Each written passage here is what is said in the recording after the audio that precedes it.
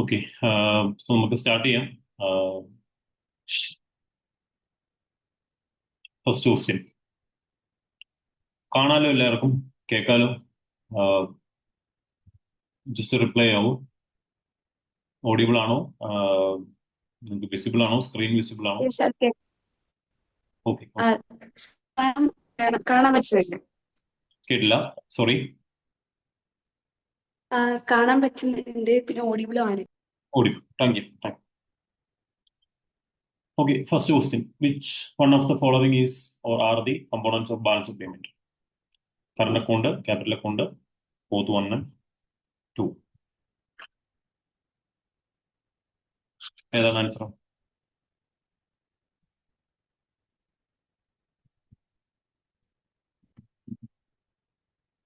One second.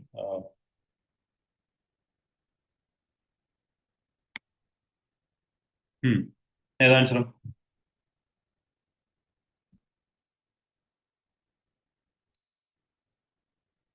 Both 1 and 2 ആണ് answer അല്ലേ? Both A and B ആണ് ആൻസർ. ബാലൻസ് പേയ്മെന്റ് എന്ന് പറഞ്ഞു കഴിഞ്ഞാൽ മെയിൻലി നമ്മൾ എന്തൊക്കെയാണ് അതിനകത്ത് വരുന്നത്? രണ്ട് ക്യാപിറ്റൽ അക്കൗണ്ടും കറണ്ട് അക്കൗണ്ടും ഉണ്ട്. കറണ്ട് അക്കൗണ്ടും ക്യാപിറ്റൽ അക്കൗണ്ടും ഉണ്ട് അല്ലേ? മെയിൻലി നമ്മളിപ്പോൾ പറയുമ്പോഴത്തേനും ബാലൻസ് ഓഫ് പേയ്മെന്റ്, ഇവിടെ ബാലൻസ് ഓഫ് പേയ്മെന്റ് എന്ന് പറഞ്ഞു കഴിഞ്ഞാൽ രണ്ടാണ്: current account, then capital account. Current അക്കൗണ്ടിനകത്ത് നമുക്ക് മെയിനായിട്ടും ഈ പറഞ്ഞ ട്രേഡ് അക്കൗണ്ട് വരുന്നുണ്ട്. ഓക്കെ, അതിനകത്ത് നമ്മൾ കൂടുതലും പറയുന്നത് ഇമ്പോർട്ട് പ്ലസ് എക്സ്പോർട്ട്, ഈ രണ്ട് കാര്യങ്ങളാണ് വരുന്നത്. ദെൻ പിന്നീട് വരുന്ന കാര്യങ്ങളാണ് ഈ പറഞ്ഞ ഇൻവിസിബിൾ എന്ന് പറഞ്ഞിട്ടുള്ള ഒരു അക്കൗണ്ട് ഉണ്ട്. അതിനകത്ത് വരുന്ന മെയിൻ സർവീസ് ആണ്. സർവീസ് ഇത് കൂടുതലും ഗുഡ്സുമാണ്. ഈ പറയുന്ന ട്രേഡ് അക്കൗണ്ട് കൂടുതലും ഗുഡ്സ് മാത്രമാണ് ഫോക്കസ് ചെയ്യുന്നത്. ഇൻവിസിബിൾ അക്കൗണ്ടിലേക്ക് വരുമ്പോഴത്തേനും കൂടുതലും സർവീസസ് ആണ് അതിനകത്ത് ഫോക്കസ് ചെയ്യുന്നത്. പിന്നെ ഉള്ളൊരു കാര്യമാണ് ഈ പറയുന്ന ട്രാൻസ്ഫർ പേയ്മെന്റ്. ട്രാൻസ്ഫർ പേയ്മെന്റ്സ് എന്ന് പറയുന്നത്, അതായത് ഗ്രാൻഡ്, ഗിഫ്റ്റ്, ഇങ്ങനെയുള്ള കാര്യങ്ങളെല്ലാം ഇതിനകത്ത് വരുന്നതാണ്. ദെൻ ക്യാപിറ്റൽ അക്കൗണ്ടിനകത്ത് വരുന്നത് എന്തൊക്കെയാണ്? ക്യാപിറ്റൽ അക്കൗണ്ടിനകത്ത് വരുന്നത് FDI വരും, FPI വരും, ഫോറിൻ പോർട്ട്ഫോളിയോ ഇൻവെസ്റ്റ്മെന്റ് അല്ലേ? അതായത് FDI, ഫോറിൻ ഡയറക്റ്റ് ഇൻവെസ്റ്റ്മെന്റ് വരും. ദെൻ ഫോറിനിലുള്ള ആൾക്കാർ when they invest in our stock market, അല്ലെങ്കിൽ നമ്മൾ അങ്ങോട്ട് ഇൻവെസ്റ്റ് ചെയ്യുന്നതും ആകാം. അതാണ് ഫോറിൻ പോർട്ട്ഫോളിയോ ഇൻവെസ്റ്റ്മെന്റ് അല്ലെങ്കിൽ ഫോറിൻ ഇൻസ്റ്റിറ്റ്യൂഷണൽ ഇൻവെസ്റ്റ്മെന്റ് എന്ന് പറയും. പിന്നെ ഉള്ളതെന്ന് പറഞ്ഞു കഴിഞ്ഞാൽ എക്സ്റ്റേണൽ കൊമേഴ്ഷ്യൽ ബോറോവിങ്, കടമെടുക്കുന്നത്. പിന്നെ ഉള്ളതാണ് വേറെ ഏതാ വരുന്ന ലാസ്റ്റ്? NRI deposits. ഇത്രയാണ് നമുക്ക് മെയിൻലി ബാലൻസ് ഓഫ് പേയ്മെന്റ് മുഴുവൻ പറയുന്നത്. ഓക്കെ, സോ ഇതിനകത്ത് ചോദിക്കുന്നത് ഈ പറഞ്ഞ which of the following is are components of balance payment. വളരെ സിമ്പിൾ ആയിട്ടാണ് ചോദിക്കുന്നത്. ആകെ അവർ ചോദിക്കുന്നത് ഇത് രണ്ടുമാണ് ചോദിച്ചിരിക്കുന്നത്. ഓക്കെ, ഇനി അങ്ങോട്ട് വരുമ്പോഴത്തേനും നമുക്ക് ഈ താഴെ ഉള്ളതും കൂടെ ചോദിക്കും. ഇതൊക്കെ അല്ലേ? So answer is C. Then second question.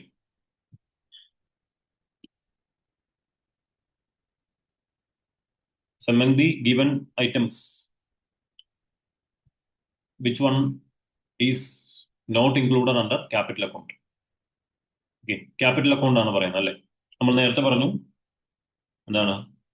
Import എന്ന് പറയുന്നത് കറണ്ട് അക്കൗണ്ടിനകത്ത് വരുന്നതാണ്. So answer is D.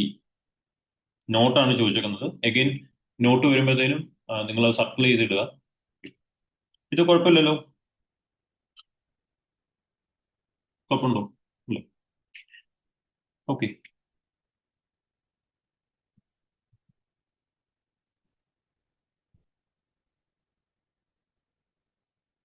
Then third question.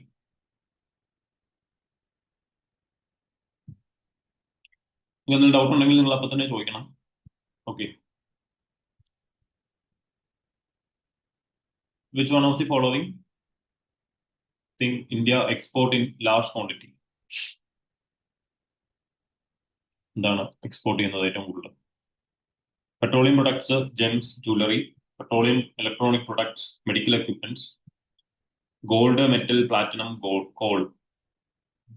വളരെ സിമ്പിൾ ക്വസ്റ്റ്യൻ ആണ്. നമുക്കൊരു ജസ്റ്റ് ഒരു നോർമൽ നിങ്ങൾ എക്കണോമിക്സിന്റെ രീതിയിലൊന്നും ആലോചിക്കേണ്ട ആവശ്യമില്ല. നിങ്ങൾ വളരെ നോർമലായിട്ട് ചിന്തിച്ചാൽ മതി. ഇതിനകത്ത് നമ്മൾ കൂടുതലും ചെയ്യുന്നത് ഏതാണ് ഇതിനകത്ത്?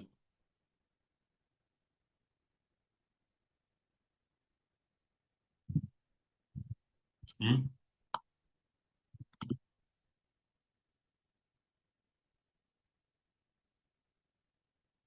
അതിൽ വാട്ട് ഈസ് ദ ആൻസർ?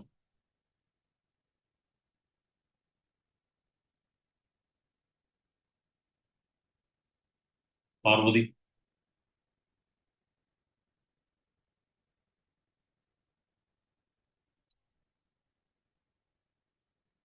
ചുമ്മാ ഗസ് ചെയ്തോ, അറിയത്തില്ലെങ്കിലും കുഴപ്പമൊന്നുമില്ല.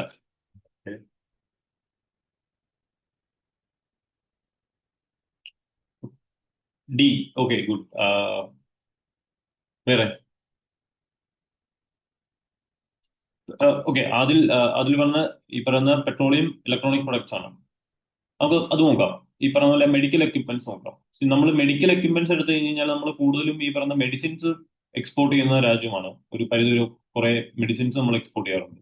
നമ്മൾ ഈ പറഞ്ഞ പോലെ ഫാർമസി ഓഫ് ദി വേൾഡ് എന്നൊക്കെയാണ് നമ്മൾ ഇപ്പൊ തന്നെ അറിയപ്പെടുന്നത് ഇന്ത്യ. ബഡ്ജറ്റിലൊക്കെ നമ്മൾ ഈ തവണത്തെ ബഡ്ജറ്റിൽ നമ്മൾ പറയുന്നുണ്ട് ഫാർമസി മീൻ ഈ പറയുന്ന മെഡിസിൻസിന്റെ എക്സ്പോർട്ട് ഭയങ്കരമായിട്ട് കൂട്ടണം. ബട്ട് മെഡിക്കൽ എക്യുപ്മെന്റ്സ് നോക്കി കഴിഞ്ഞ് കഴിഞ്ഞാൽ നമ്മൾ എക്സ്പോർട്ട് ചെയ്യുന്നത് വളരെ കുറവാണ്. Because that is capital asset അല്ലേ. അപ്പൊ അത് നമ്മൾ കുറച്ചും കൂടെ കുറവാണ്. നമ്മൾ ഇമ്പോർട്ട് ചെയ്യാറാണ് കൂടുതലും പതിവ് മെഡിക്കൽ എക്യുപ്മെന്റ്സ്. സോ അതാണ് ഒരു പ്രശ്നം. രണ്ടാമത്തെ കാര്യം എന്ന് പറഞ്ഞു കഴിഞ്ഞാൽ ഇലക്ട്രോണിക് പ്രൊഡക്ട്സ് നോക്കാം. ഇലക്ട്രോണിക് പ്രൊഡക്ട്സ് നമ്മൾ ഇമ്പോർട്ട് ചെയ്യുവാണോ എക്സ്പോർട്ട് ചെയ്യുവാണോ കൂടുതൽ? വളരെ സിമ്പിൾ ആയിട്ട് ആലോചിച്ചാൽ മതി. നമ്മൾ കൂടുതലും നമ്മുടെ ഇവിടുത്തെ ഫോൺ എന്ന് പറയുന്നത് നമ്മുടെ കയ്യിലിരിക്കുന്ന നമ്മുടെ ഇന്ത്യൻ പോപ്പുലേഷനിലുള്ള പല ആൾക്കാരുടെ കയ്യിലും ഇരിക്കുന്ന ഫോൺ എന്ന് പറയുന്നത് electronic products are made in China, Japan അങ്ങനെയുള്ള കൺട്രീസ് ആണ്, US. സോ ബേസിക്കലി ഇന്ത്യയിൽ ഇലക്ട്രോണിക് പ്രൊഡക്ട്സും കുറവാണ്. പെട്രോളിയം നമ്മൾ ചെയ്യുന്നുണ്ടോ? സോ വെരി ഒബീസ് റീസൺ ഈ പറഞ്ഞ ആ സ്റ്റേറ്റ്മെന്റ് എന്തുകൊണ്ട് വരില്ല എന്ന് ചോദിച്ചു കഴിഞ്ഞാൽ പെട്രോളിയം നമ്മൾ എക്സ്പോർട്ട് ചെയ്യുന്നതല്ല, നമ്മൾ കൂടുതലും ഇമ്പോർട്ടാണ് ചെയ്യാറ്. അവൻ ഓക്കെ പെട്രോളിയം. പക്ഷെ ഫസ്റ്റത്തെ ഓപ്ഷൻ നോക്കിയാൽ പെട്രോളിയം പ്രൊഡക്ട്സ് നമ്മൾ എക്സ്പോർട്ട് ചെയ്യാറുണ്ട്. Okay, then gold, metal, platinum, call നമ്മൾ എക്സ്പോർട്ട് അല്ല ചെയ്യുന്നത്, കൂടുതലും ഇമ്പോർട്ടാണ് ചെയ്യുന്നത്. So answer is C. Okay, answer is C. Just നോക്കുക, ഇന്ത്യ മേജർ എക്സ്പോർട്ട് എന്ന് പറഞ്ഞാൽ പെട്രോളിയം പ്രൊഡക്ട്സ്, ജെംസ്, ജുവലറി ഇതൊക്കെ നമ്മൾ എക്സ്പോർട്ട് ചെയ്യാനാണ് കൂടുതലും. ദെൻ റിഫൈൻഡ് പ്രൊഡക്ട്സ് ആണ് നമ്മൾ റിഫൈൻഡ് ആയിട്ടുള്ള പെട്രോളിയം പ്രൊഡക്ട്സ് നമ്മൾ ഈ പറയുന്ന പോലെ എക്സ്പോർട്ട് ചെയ്യാറുണ്ട്. Then India is one of the largest exporter of cut and polished diamonds. Then ഇലക്ട്രോണിക്സിൽ ഇമ്പോർട്ട് ആണ് ചെയ്യുന്നത്. മെഡിക്കൽ എക്യുപ്മെന്റ്സ് നമ്മൾ കൂടുതലും ഒരു ഭയങ്കര വലിയൊരു എക്സ്പോർട്ടർ ഒന്നും അല്ല നമ്മൾ. ഗോൾഡ് നമ്മൾ ഇമ്പോർട്ട് ആണ് കൂടുതലും ചെയ്യുന്നത്. ഇന്ത്യ കോൾ നമ്മൾ ലാർജ് ക്വാണ്ടിറ്റിയിൽ ഇമ്പോർട്ട് ചെയ്യാറാണ്. പ്ലാറ്റിനം നോക്കി കഴിഞ്ഞാൽ mostly important. Just general question. Then when foreign capital is invested in shares and equities it is not as. നമ്മൾ നേരത്തെ ബാലൻസ് പേയ്മെന്റ് പഠിച്ചതിനകത്ത് ഉള്ള ഒരു കമ്പോണന്റ് ആണ്. ഓക്കെ, ക്യാപിറ്റൽ അക്കൗണ്ട് ആണ്. Okay, this is part of capital account അല്ലേ. So capital account ആണ്, balance of പേയ്മെന്റിലെ ക്യാപിറ്റൽ അക്കൗണ്ട് ആണ്.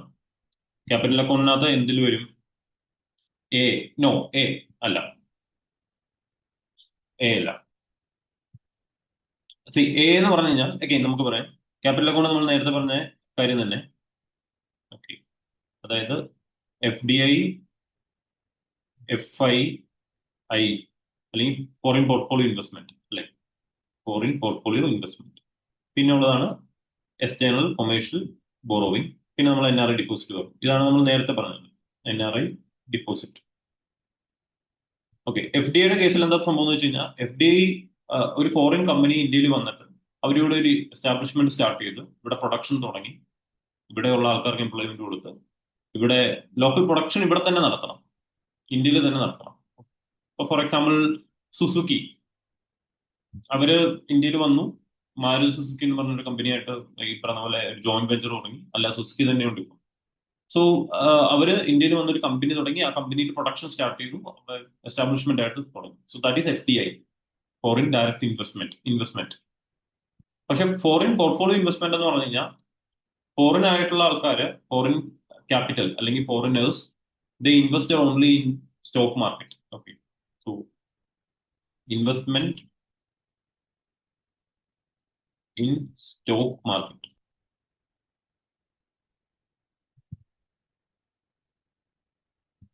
അതാണ് എന്ത് ഈ പറയുന്ന FII അല്ലെങ്കിൽ FPI എന്നൊക്കെ പറയും. So answer is B. Answer is B. Portfolio investment, foreign institutional investment. External commercial borrowing എന്ന് പറഞ്ഞാൽ എന്താ, നമ്മൾ വെളിയിൽ നിന്ന് ലോൺ എടുക്കുന്നതാണ് പറയുന്നത്. NRI ഡിപ്പോസിറ്റും NRIയുടെ ഡിപ്പോസിറ്റ്സ്, കാരണം അവർക്കത് വിഡ്രോ ചെയ്ത് പോകാൻ സാധ്യതയുണ്ട്. സോ നമുക്കതിൽ ലൈബിലിറ്റിയാണ്, അതുകൊണ്ടാണ് ക്യാപിറ്റൽ അക്കൗണ്ടിൽ വരുന്നത്. ഇത് ക്ലിയർ അല്ലേ? Then next question, fifth question. Which one of the following is not an objective of fiscal policy? Again, നിങ്ങൾ ഒരുപാട് എക്കണോമിക്കലി ഒന്നും ചിന്തിക്കണ്ട, വളരെ നോർമൽ ആയിട്ട് ചിന്തിക്കുക. ഇതിന്റെ ആൻസർ എന്തായിരിക്കും? ഫൈനാൻസ് വായിച്ചു.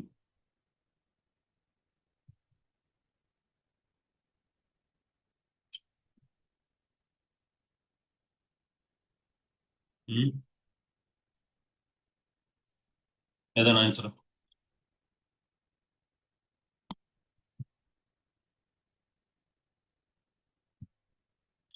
B. Okay. Which of the following is not an economic an objective of fiscal policy എന്നാണ്. ബി നോ, ബി അല്ല. ഡി, യാ, ഡി കറക്റ്റ് ആണ്. ഡി. ടു പ്രിപ്പയർ ബഡ്ജറ്റ് എന്ന് പറയുന്നത് ഇറ്റ്സ് നോട്ട് എ എന്താണ് objective of physical policy. C, physical policy എന്ന് പറഞ്ഞു കഴിഞ്ഞാൽ it's include എന്താണ് budget. It's include budget, government budgeting, then taxation അല്ലെ, അതേപോലെ തന്നെ പിന്നെ വരുന്നതാണ് ഗവൺമെന്റ് എക്സ്പെൻഡിച്ചർ. ഈ മൂന്ന് കാര്യങ്ങളാണ് എന്ത് വരുന്നത് ഈ പറയുന്ന ഫിസിക്കൽ പോളിസി എന്ന് പറഞ്ഞ് നമ്മൾ പഠിക്കുന്നത്. Monetary policy, fiscal policy. Fiscal policy ആണ് ഗവൺമെന്റ് കൊണ്ടുവരുന്ന പോളിസിയാണ് to control the credit of India, അല്ലെങ്കിൽ ഈ പറയുന്ന പോലെ കൺട്രോൾ ദ ഇൻഫ്ലേഷൻ, ഡീഫ്ലേഷൻ, അങ്ങനെയുള്ള കാര്യങ്ങളെ കുറിച്ച് പറയുന്നതാണ് നമ്മൾ ഈ പറയുന്ന ഫിസിക്കൽ പോളിസി എന്ന് പറയുന്നത്. മേജർ ആയിട്ട് നമ്മൾ പറയുന്നത് ഗവൺമെന്റ് ബഡ്ജറ്റിലൂടെയാണ് നമ്മൾ ഫിസിക്കൽ പോളിസി കൊണ്ടുവരുന്നത്. ബട്ട് സി, നമ്മൾ അതിന്റെ ഒരു ഒബ്ജക്റ്റീവ് പറയുമ്പോഴത്തേനും ടു പ്രിപ്പയർ ദ ബഡ്ജറ്റ് എന്ന് പറഞ്ഞാൽ it's not an objective of the fiscal policy, it is a part of the fiscal policy അല്ലെ, part of the fiscal policy. Again objective നോക്കിക്കഴിഞ്ഞാൽ again economic growth കൊണ്ടുവരിക എന്ന് പറഞ്ഞത് it's one objective. Social justice common ആയിട്ട് നമ്മൾ പറയുന്നതാണെങ്കിലും ഈ പറഞ്ഞ പോലെ ഒബ്ജക്റ്റീവ് ആണ്. And more rely on direct taxes. അതെന്തുകൊണ്ടാണ്? ബിക്കോസ് ഡയറക്ട് ടാക്സ് കൂടി കഴിയുമ്പോഴത്തേനും ഗുണം എന്താണെന്ന് വെച്ച് കഴിഞ്ഞാൽ റവന്യൂ റെസിപ്റ്റ് കൂടും. റവന്യൂ റെസിപ്റ്റ് കൂടുമ്പോൾ ഓട്ടോമാറ്റിക്കലി വി ക്യാൻ കൺട്രോൾ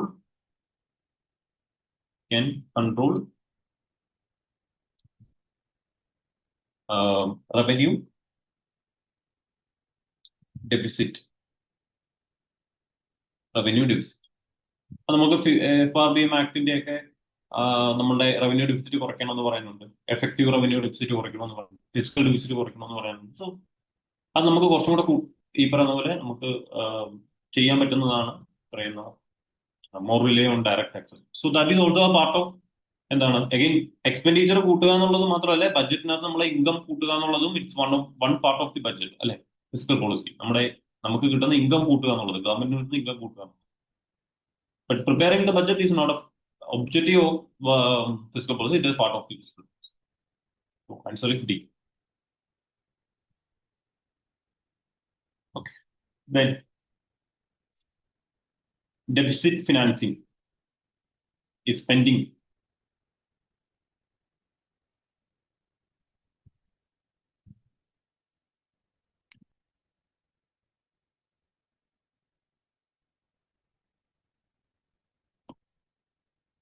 അതാണ് sir deficit financing.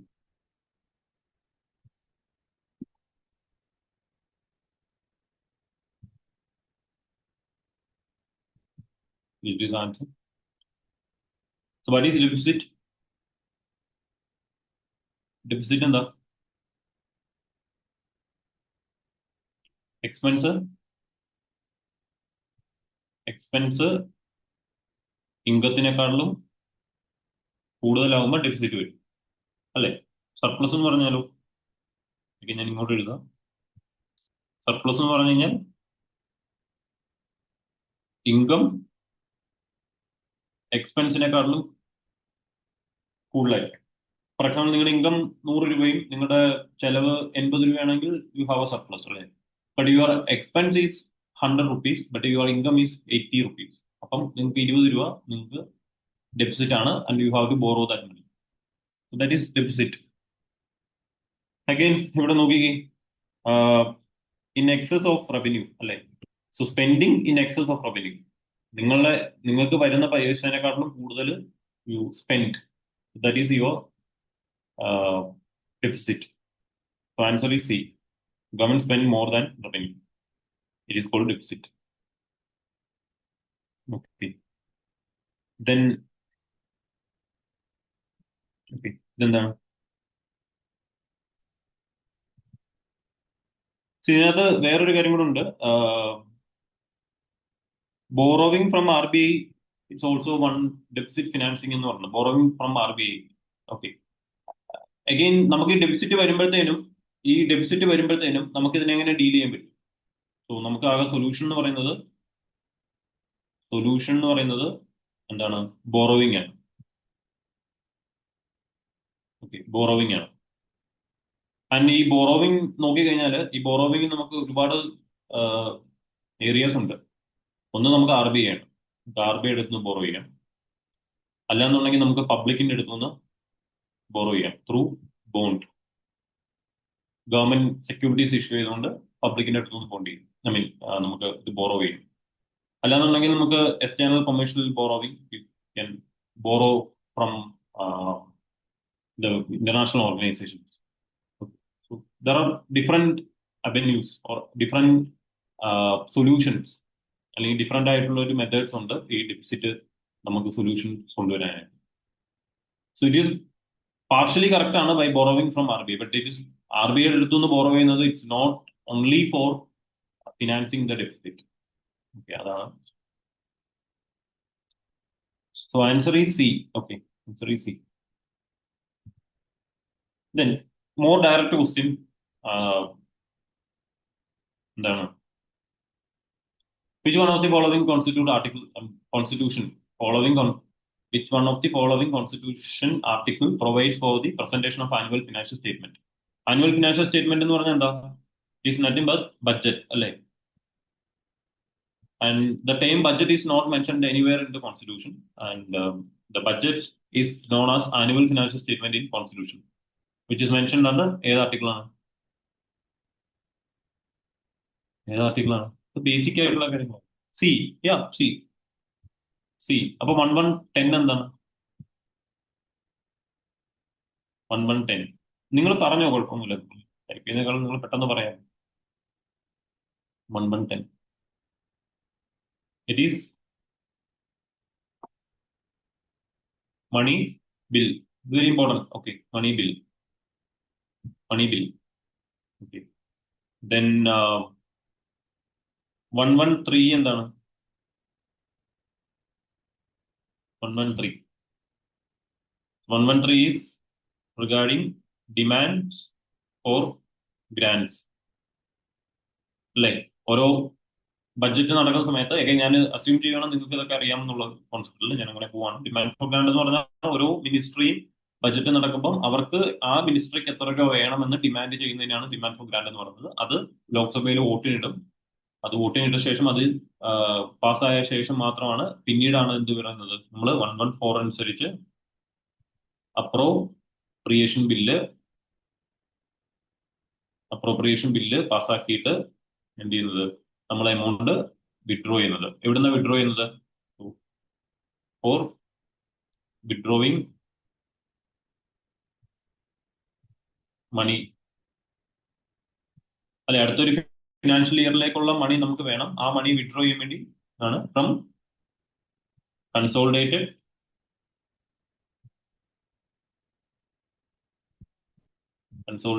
Fund of India. Consolidated fund of India. Then 1111 എന്താണ്? ഐ മീൻ 111 111 111 എന്താണ് article? Veto power. Okay, veto power. Okay, veto power എന്നല്ല, പ്രസിഡന്റ് അസെന്റ് കൊടുക്കുന്നതിനാണ്. It's regarding assent of president അല്ലെ. നമുക്കൊരു bill വന്നു, ആ bill വന്നു കഴിഞ്ഞിട്ട് ഈ പറഞ്ഞ പോലെ അത് ലോക്സഭയിൽ പാസ്സായി, രാജ്യസഭയിൽ പാസ്സായി, അതിനുശേഷം അത് പ്രസിഡന്റിന്റെ അടുത്ത് പോകും. ആ പ്രസിഡന്റ് അത് അസെന്റ് കൊടുക്കും. സോ ദ ആർട്ടിക്കിൾ 111 എന്ന് പറയുന്നത് is regarding the assent of the president to the bill. പ്രസിഡന്റിന് ഈ പറഞ്ഞ പോലെ അസെന്റ് കൊടുക്കാം, അല്ലാന്നുണ്ടെങ്കിൽ അഗൈൻ അത് പിന്നെ വീറ്റോ പവർ ഉപയോഗിക്കാം, അല്ലാന്നുണ്ടെങ്കിൽ റിട്ടേൺ ചെയ്യാം. റിട്ടേൺ ചെയ്തിട്ട് തിരിച്ച് പിന്നെയും സിമ്പിൾ മജോറിറ്റിയിൽ വന്നു കഴിഞ്ഞാൽ എന്തായാലും കൊടുത്തേ പറ്റത്തുള്ളൂ. മണി ബില്ലാണെങ്കിൽ നമുക്ക് റിട്ടേൺ ചെയ്യാനും പറ്റില്ല, because prior permission of president ഉണ്ട്. അതുകൊണ്ട് മണി ബില്ല് റിട്ടേൺ ചെയ്യാൻ പറ്റില്ല. കാര്യം നിങ്ങൾ പഠിച്ചിട്ടുണ്ടായിരിക്കും. Then finance commission submit its recommendations to finance commission. So again finance commission ഈ തവണ ഭയങ്കര ഇമ്പോർട്ടന്റ് ആയിട്ടുള്ള ടോപ്പിക്കാണ്, ബിക്കോസ് 16ാമത്തെ finance commission, that is correct, ജാനസ് പ്രസിഡന്റ് ആണ്. 16ാമത്തെ ഇപ്പം നമ്മൾ നോക്കിക്കഴിഞ്ഞാൽ 16ാമത്തെ ഫിനാൻസ് കമ്മീഷൻ ഇപ്പോൾ വന്നിട്ടുണ്ട്. ഐ മീൻ അവരുടെ റിപ്പോർട്ട് സബ്മിറ്റ് ചെയ്തു. ആൻഡ് ഇപ്പം നമ്മൾ ഒഫീഷ്യലി ഈ പറയുന്ന ഏപ്രിൽ 1 മുതൽ അല്ലെ, ഏപ്രിൽ 1 2026 മുതൽ 31 മാർച്ച് എന്നുവരെ ആയിരിക്കും.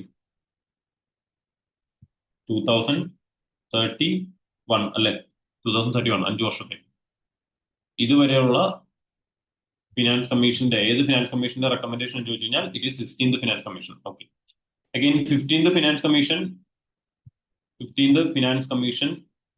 ഹെഡ് ചെയ്തിരിക്കുന്നത് NK സിംഗ് ആയിരുന്നു. NK സിംഗ് അവര് റെക്കമെൻഡ് ചെയ്തത് 41% ടാക്സ് ഡെവല്യൂഷൻ ആയിരുന്നു.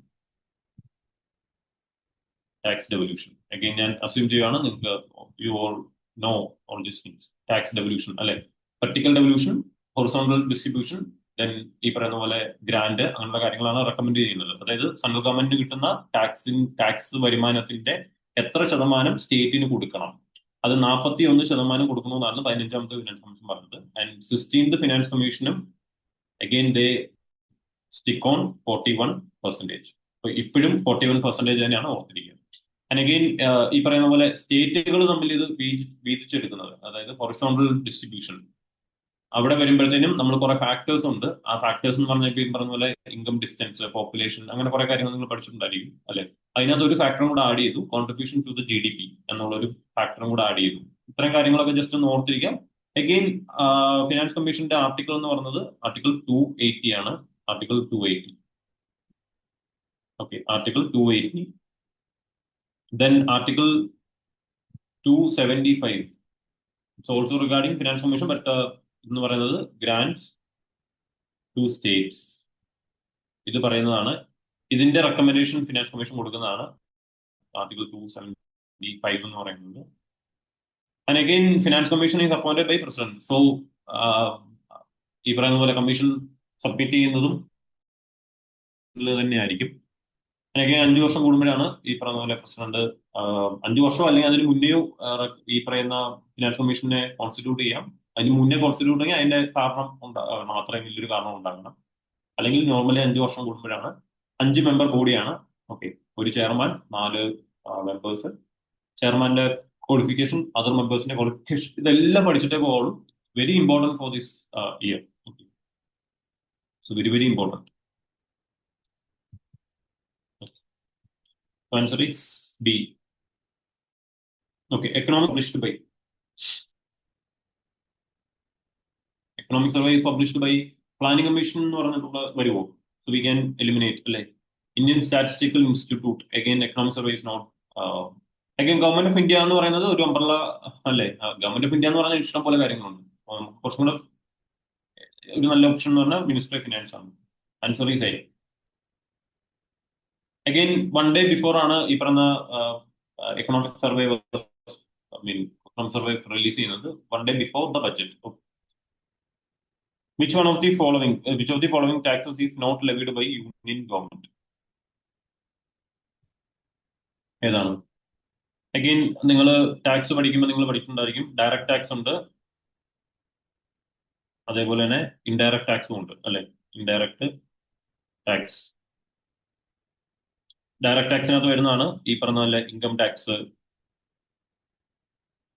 അതേപോലെ തന്നെ കോർപ്പറേഷൻ ടാക്സ് അതിനകത്ത് വരുന്നതാണ്. ഇൻകം ടാക്സ് ഡയറക്റ്റ് ടാക്സ് ആണ് അല്ലെ. എക്സൈസ് ഡ്യൂട്ടി എന്ന് പറയുന്നത് ഇൻഡയറക്റ്റ് ടാക്സ് ആണ്. അഗൈൻ ഒക്ട്രോയ് എന്ന് പറയുന്നത് it's not a tax levied by union government or state government, it is levied by local bodies. നേരത്തെ ഉണ്ടായിരുന്നതാണ്, ഇപ്പം ഇങ്ങനെയുള്ള ടാക്സസ് ഒന്നും ഇല്ല. GST വന്നതുകൊണ്ട് തന്നെ ഇങ്ങനെയുള്ള കാര്യങ്ങളൊന്നുമില്ല. കാരണം ഇ വേ ബിൽ സിസ്റ്റം എന്ന് നിങ്ങൾ പഠിച്ചിട്ടുണ്ടായിരിക്കും. ഇ വേ ബിൽ വന്നതുകൊണ്ട് തന്നെ ഒക്ട്രോയ് ഇപ്പം നിലവിൽ ആവശ്യമില്ല. ഇത് ഇത്രേ ഉള്ളൂ. ഒരു ലോക്കൽ ഏരിയയിൽ നിന്ന് അടുത്ത ലോക്കൽ ഏരിയയിലേക്ക് പോകുമ്പം, ഓക്കെ, വണ്ടി പോകുമ്പം, സോറി, ഇതിപ്പോ എന്റെ വണ്ടിയാന്ന് വിചാരിക്കുക, ഇത് നല്ല വണ്ടി വരയ്ക്കാൻ നോക്കിയാലും പറ്റും. ഓക്കെ, ഇതാണ് എന്റെ വണ്ടി. ഈ വണ്ടി ഈ പറയുന്ന പോലെ ഈ ഏരിയയിൽ നിന്നും ഈ ഏരിയയിലേക്ക് പോവുകയാണ്. സോ ഇവിടെ വരുമ്പോഴത്തേനും ഇവിടെ ഒരു എൻട്രി ടാക്സ് കൊടുക്കണം. ഓക്കെ, അഗൈൻ ഈ ഏരിയയിൽ നിന്നും അടുത്ത ഈ ഒരു ഏരിയയിലേക്ക് വരുമ്പോഴത്തേനും ഇവരും ചിലപ്പോൾ എന്ത് ചെയ്യും, ഒരു എൻട്രി ടാക്സ് എന്ത് ചെയ്യും, ഈടാക്കും. And this entry tax is called octroi. അപ്പോൾ ബേസിക്കലി ഇത് GST വരുന്നതിന് മുന്നേ ഒക്കെ ആയിരുന്നു ഇത് കൂടുതലും. അപ്പം നമ്മൾ GST വരുമ്പോൾ നമ്മൾ പറഞ്ഞത് തന്നെയായിരുന്നു, ഈ പറഞ്ഞ പോലെ മൾട്ടിപ്പിൾ ടാക്സസ് കളക്ട് ചെയ്യും, ടാക്സ് കാസ്കേഡിങ് എഫക്ട് ഉണ്ടാകും. അതുകൊണ്ട് നമ്മൾ ഒറ്റ ടാക്സ് ആയിട്ട് മാറ്റുന്നതിനാണ് GST കൊണ്ടുവരുന്നത്. അതുകൊണ്ട് എന്താ, ഇവിടുന്ന് കളക്ട് ചെയ്തില്ല, ഇവിടുന്ന് കളക്ട് ചെയ്തില്ല, നേരെ GST കളക്ട് ചെയ്യുന്നത് ഡെസ്റ്റിനേഷൻ എവിടെയാണോ ഡെസ്റ്റിനേഷൻ ആ ഡെസ്റ്റിനേഷനിലായിരിക്കും GST കളക്ട് ചെയ്യും. അതിന് കൂടെ വന്നതാണ് ഇ വേ ബിൽ എന്ന് പറഞ്ഞിട്ടുള്ള ഒരു കോൺസെപ്റ്റ് നമ്മൾ പറഞ്ഞിട്ടുണ്ടായിരുന്നു. ഇതെല്ലാം connect. So it is Answer is C. Then, which of the following is an indirect tax? Again, direct tax നമ്മൾ corporation tax നമ്മൾ പറഞ്ഞു. Okay, D is an indirect tax. Okay, ഇത് direct tax ആണ്, ഇതും direct tax ആണ്, ഇതും direct tax ആണ്. ഇത് D ആണ്. D.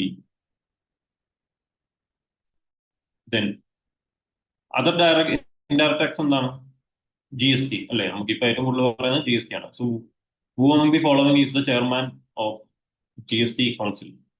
GST council ആരാണ് GST കൗൺസിലിന്റെ? It is not prime minister, it is union finance minister അല്ലെ. യൂണിയൻ ഫിനാൻസ് മിനിസ്റ്റർ ആണ്. അഗൈൻ GST പറയുമ്പോഴത്തേനും GSTയുടെ ഫിനാൻസ് മിനിസ്റ്റർ ആണ്. ആർട്ടിക്കിൾ ഏതാണ്?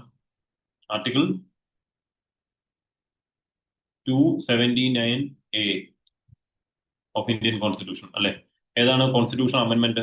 101 first constitutional amendment.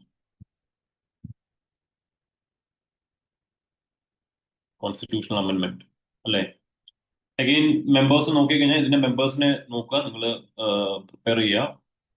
Members, chairman നമ്മളിപ്പോ പറഞ്ഞു, മെമ്പേഴ്സ് ആരൊക്കെയാണെന്നുള്ളത്. Again union minister of state for finance, അതേപോലെ തന്നെ finance ministers of all states, union territories, ഇവരൊക്കെയാണ് ഇതിന്റെ മെമ്പേഴ്സ് എന്ന് പറയുന്നത്. കാരണം സ്റ്റേറ്റിലും ഉണ്ട്, സെൻട്രലും സ്റ്റേറ്റും ഉണ്ട്. അതുകൊണ്ട് കോപ്പറേറ്റീവ് ഫെഡറലിസം എന്നുള്ള രീതിയിലാണ്. അഗെയിൻ അതിന്റെ വോട്ടിംഗ് പാറ്റേൺ ഒക്കെ നോക്കുക. വോട്ടിംഗ് പാറ്റേൺ ഇമ്പോർട്ടന്റ് ആണ്. കാരണം സെന്ററിന്റെ വെയിറ്റ് എന്ന് പറയുന്നത്, സെൻട്രലിന്റെ വെയിറ്റേജ് എന്ന് പറയുന്നത് 1/3 ആണ്. എല്ലാ സ്റ്റേറ്റ്സിനും കൂടെ 2/3 ആണ്. അഗൈൻ ഇവിടെ കൂടുതലും ഈ പറഞ്ഞ പോലെ ഡോമിനന്റ് ആയിട്ട് നിൽക്കുന്നത് സെൻട്രൽ തന്നെയാണ്. കാരണം എല്ലാ സ്റ്റേറ്റിനും കൂടെ 2/3യും 1/3 എന്ന് പറയുന്നത് സെൻട്രലിന് മാത്രമാണ്. സോ സെൻട്രലാണ് ഡൊമിനേറ്റ് ചെയ്യുന്നത്. ആൻഡ് ഒരു ഡിസിഷൻ എടുക്കണമെങ്കിൽ, ഞാൻ റാൻഡംലി പറയുവാണ്, നിങ്ങൾ പ്രിപ്പയർ ചെയ്യണം. And this is also important topic. Decision എടുക്കണമെങ്കിൽ 75% മജോറിറ്റി വേണം. ഞാൻ ഒന്നുകൂടെ റിക്ലക്ട് ചെയ്ത് കഴിഞ്ഞാൽ GST എന്നുള്ളത് 2017 വന്നിട്ടുള്ളതാണ്. അത് 101ാമത്തെ ആർട്ടിക്കിൾ കോൺസ്റ്റിറ്റ്യൂഷൻ അമെന്റ്മെന്റ് വഴിയാണ് വന്നത്. ആർട്ടിക്കിൾ 279A ആണ് അതിന്റെ ആർട്ടിക്കിൾ എന്ന് പറയുന്നത്. So this all are the facts. Then പിന്നീട് നമ്മൾ പറഞ്ഞ GST കൗൺസിലിന്റെ ചെയർമാൻ എന്ന് പറഞ്ഞ ഫിനാൻസ് മിനിസ്റ്റർ ആണ്. അതിന്റെ മെമ്പേഴ്സ് എന്ന് പറയുന്നത് മെയിൻലി ഈ പറയുന്ന പോലെ union minister of state for finance എന്ന് പറയുന്നത് മെമ്പറാണ്. ബാക്കി മെമ്പേഴ്സ് എന്ന് പറഞ്ഞു കഴിഞ്ഞാൽ എല്ലാ സ്റ്റേറ്റുകളുടെയും എല്ലാ യൂണിയൻ ടെറിട്ടറീസിന്റെയും ഫിനാൻസ് മിനിസ്റ്റേഴ്സ് ആണ് ഇതിന്റെ മെമ്പർ എന്ന് പറയുന്നത്. അല്ലെങ്കിൽ വേറെ ഏതെങ്കിലും മിനിസ്റ്റർ നോമിനേറ്റഡ് ബൈ സീമാൻ ഫിനാൻസ് മിനിസ്റ്റർ. ദെൻ ഈ പറയുന്ന ഇതിന്റെ സെൻട്രലിന്റെ വെയിറ്റേജ് അല്ലെങ്കിൽ വോട്ടിംഗ്, ഓക്കെ, GST കൗൺസിൽ എന്ന് പറഞ്ഞൊരു തീരുമാനം എടുക്കുന്ന ബോഡിയാണല്ലോ. ആ ബോഡിയിൽ തീരുമാനം എടുക്കണമെങ്കിൽ 75% ആണ് മജോറിറ്റി വേണ്ടത്. ഓക്കെ, ആ 75% മജോറിറ്റി ഉള്ള സമയത്ത് സെൻട്രലിന് 1/3 വെയിറ്റേജും സ്റ്റേറ്റുകൾക്ക് 2/3 വെയിറ്റേജും ആണ് കൊടുക്കുന്നത്. ഇത്രയാണ് നമുക്ക് അതിനകത്ത് ഓർത്തിരിക്കേണ്ട കാര്യം. Again it is A constitutional body, that is very important. Again അത് പറയേണ്ട ആവശ്യമില്ല, കാരണം ഇത് കോൺസ്റ്റിറ്റ്യൂഷനിൽ പറഞ്ഞിട്ടുണ്ട്. അതുകൊണ്ട് തന്നെ ഇത് ഡയറക്റ്റ് പറഞ്ഞേക്കുന്നത് കോൺസ്റ്റിറ്റ്യൂഷണൽ ബോഡിയാണെന്ന് നമുക്ക് അസ്യൂം ചെയ്യാം എന്നുള്ളതാണ്. അസ്യൂം ഇല്ല, നമുക്ക് ഉറപ്പായിട്ടും അറിയാം. നമ്മൾ കഴിഞ്ഞ ദിവസം പഠിച്ചതുമാണ് കോൺസ്റ്റിറ്റ്യൂഷൻ ബോഡി എന്താണ്. Okay, fund belongs to government of India are kept in. Funds belong to Government of India are kept in. So it is Consolidated Fund of India, Public Account, Contingency Fund, all of the above. All of the above. Consolidated fund of India എന്ന് പറഞ്ഞു കഴിഞ്ഞാൽ mainly ഈ പറയുന്ന പോലെ main account of the government ആണ്. എല്ലാ റവന്യൂസും എല്ലാ ലോണും റെസീപ്റ്റ്സും എല്ലാം ഈ പറയുന്ന പോലെ credited to consolidated fund of India. And consolidated fund of ഇന്ത്യയുടെ ആർട്ടിക്കിൾ എന്ന് പറയുന്നത് 266 ആണ്. അഗെയിൻ പബ്ലിക് അക്കൗണ്ട് എന്ന് പറഞ്ഞു കഴിഞ്ഞാൽ മെയിൻലി ഈ പറയുന്ന പോലെ ഗവൺമെന്റ് മറ്റുള്ള ആൾക്കാരുടെ പൈസ ഗവൺമെന്റ് സൂക്ഷിച്ചു വെക്കുന്നതാണ് പബ്ലിക് അക്കൗണ്ട് എന്ന് പറയുന്നത്. അതായത് money held by government on behalf of others. For example PF, okay, small savings, ഇതൊക്കെ ആൾക്കാരുടെ അഗെയിൻ PF എന്ന് പറഞ്ഞ പ്രൊവിഡന്റ് ഫണ്ട് അല്ലേ, നമ്മളുടെ പൈസയാണ്, അത് ഗവൺമെന്റ് ആണ് സൂക്ഷിച്ചു വെക്കുന്നത്. സോ നമ്മുടെ പൈസ ഗവൺമെന്റ് സൂക്ഷിച്ചു വെക്കുക. കൺസോളിഡേറ്റഡ് ഫണ്ട് ഓഫ് ഇന്ത്യ അങ്ങനെയല്ല, നമ്മുടെ പൈസ നമ്മൾ അങ്ങോട്ട് കൊടുക്കുവാണ്, ആ പൈസ ഗവൺമെന്റിന്റെയാണ്, ഗവൺമെന്റ് സൂക്ഷിച്ചു വെച്ചേക്കാണ്. ഓക്കെ, പക്ഷെ നമ്മുടെ പൈസയാണ്, ഇതെപ്പോ വേണമെങ്കിലും നമുക്ക് തിരിച്ചു തരണം. ഇപ്പൊ PF ഒക്കെ നമുക്ക് വിഡ്രോ ചെയ്യാൻ പറ്റും.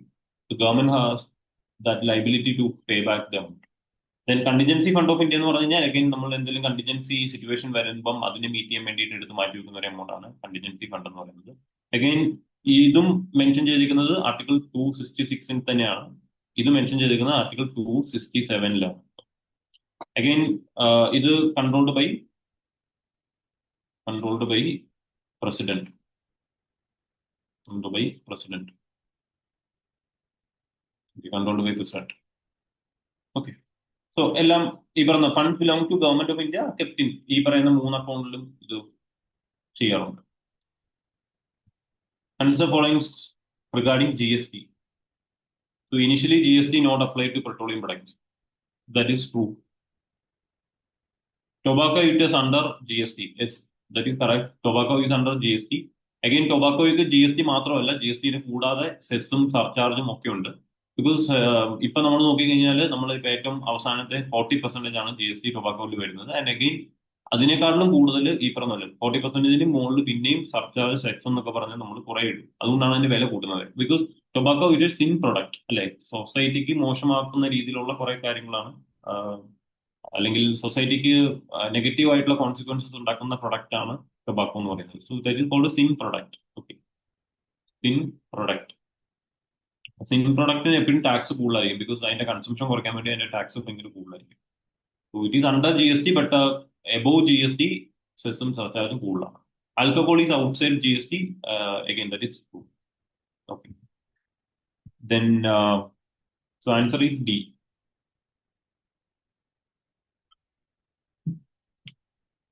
Answer is D. Then the main functioning of banking system. ബാങ്കിന്റെ മെയിൻ ഫംഗ്ഷൻ എന്ന് പറഞ്ഞു കഴിഞ്ഞാൽ ബേസിക്കലി ബാങ്ക് എന്ന് പറയുന്നത് നമ്മൾ deposit, people will deposit their money, okay, savings in bank, and bank എന്ത് ചെയ്യും, ഈ മണി വാങ്ങിച്ചിട്ട് they provide a loan.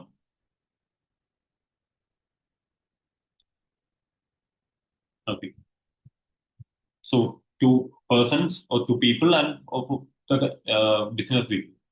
So basically ഇത്ര ഉള്ളവരുടെ ഫംഗ്ഷൻ എന്ന് പറയുന്നത് accepting deposit and lending money. Basically B accepting deposit അല്ല, സബ്സിഡി ആണ്. accepting deposit, provide credit and subsidies. accepting deposit and providing credit. Okay, A. Is that core functions of banking, deposit and lending. പിന്നെ ഈ പറഞ്ഞ പോലെ this is the primary function, main functioning of the banking system. Secondary ഫംഗ്ഷൻസും ഉണ്ട്. Credit card കൊടുക്കുക, അല്ലെങ്കിൽ ഈ പറഞ്ഞ ഫോറിൻ എക്സ്ചേഞ്ച് മാനേജ് ചെയ്യുക, അല്ലാന്നുണ്ടെങ്കിൽ ഈ പറഞ്ഞ പോലെ നമുക്ക് ബാക്കിയുള്ള സ്റ്റോക്ക് മാർക്കറ്റിൽ നമുക്ക് ഇൻവെസ്റ്റ് ചെയ്യുമ്പോഴത്തേനും അത് ഫെസിലിറ്റേറ്റ് ചെയ്യുക, ലോക്കർ ഫെസിലിറ്റീസ് കൊടുക്കുക. So there are plenty of functions performed by banking. But the main core functioning എന്ന് പറയുന്നത് accepting deposits and lending money or lending loan. Clear അല്ലേ?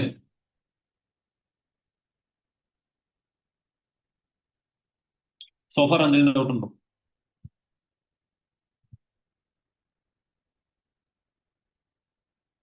ഇടയ്ക്കെങ്കിലും സംസാരിക്കാൻ പറ്റും, ഇടയ്ക്കെങ്കിലും ഒക്കെ ഒന്നും മിണ്ടാം. ആ ഏ ഊന്നൊക്കെങ്കിലും മിണ്ടാം.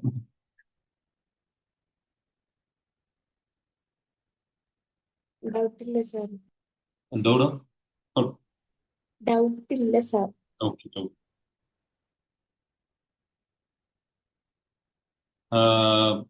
Then when was the Reserve Bank of India taken over by the government? 1935-ലാണ് RBI എന്ന് പറഞ്ഞിട്ടുള്ള ഒരു institution, central government, sorry, central bank എന്നുള്ള ഒരു ഇൻസ്റ്റിറ്റ്യൂഷൻ നിലവിൽ വരുന്നത്. It is as per RBI Act 1934. 1934. Good. RBI Act 1934. Again അതൊരു private company അല്ലെങ്കിൽ private bank ആയിട്ടാണ് അന്ന് നിലവിൽ വരുന്നത്. അതിനുശേഷം 1948 ആയപ്പോഴത്തേനുമാണ് ഇതെന്ത് ചെയ്തത്? നാഷണലൈസ് ചെയ്തത്. നാഷണലൈസ്ഡ് എന്ന് പറഞ്ഞാൽ എന്താ? ഗവൺമെന്റിന്റെ കൺട്രോളിലേക്ക് വരുന്നത് 1948 ആണ്. So answer is B. Okay.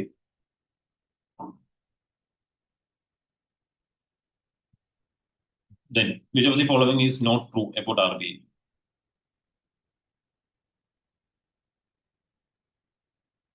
Again, you can also write here from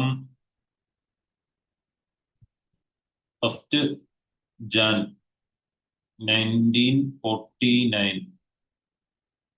So RBI started.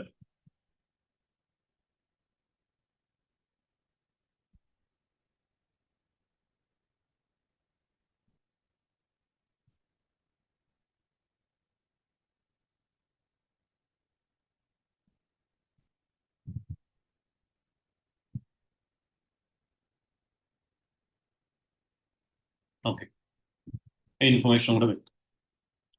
Okay, which of the following is not true about RBI? Regulate currency, credit. That is true. Maintain stock exchange or exchange value.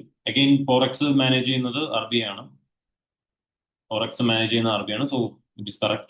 Keep forex reserve. Again, correct.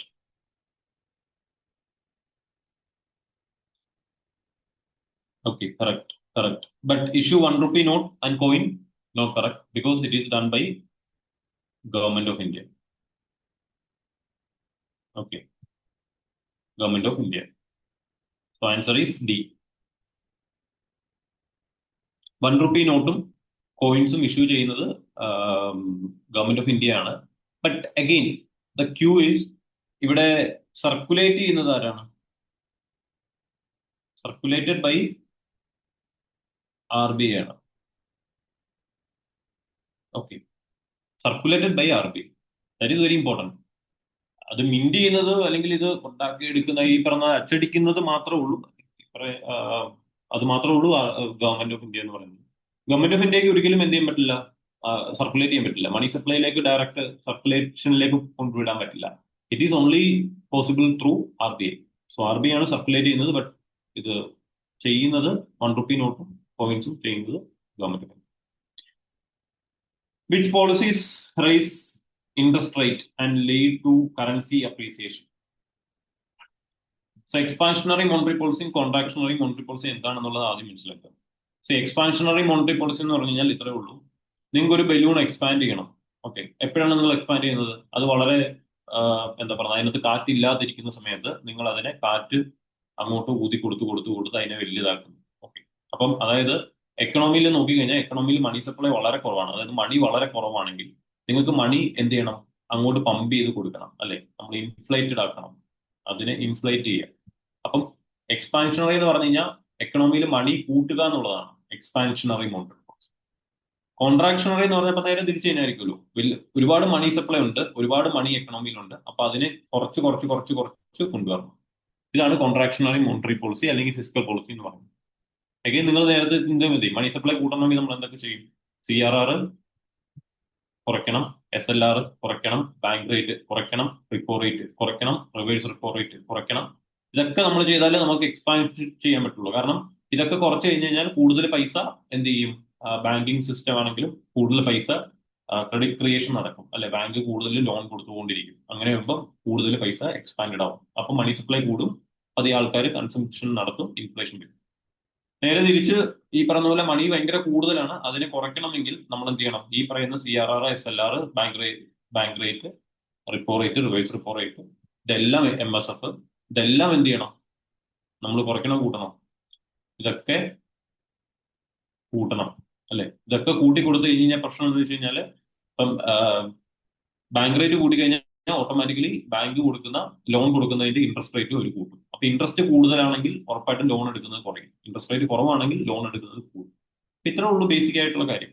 ഇവിടെ താഴെ നോക്കി expert. When policies raise interest rate and lead to currency appreciation, അതായത് interest rate കൂട്ടി, interest rate കൂടുന്ന എപ്പോഴായിരിക്കും? Normally നമ്മൾ കോൺട്രാക്ഷണറി ആണോ എക്സ്പാൻഷണറി ആണോ? ഇപ്പൊ ഇനിയും പറ, നിങ്ങൾ പറ.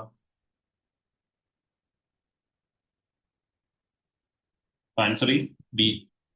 ടൈറ്റ് പോളിസീസ് ആണ്. ഓക്കെ, ആൻസർ ഈ ബി.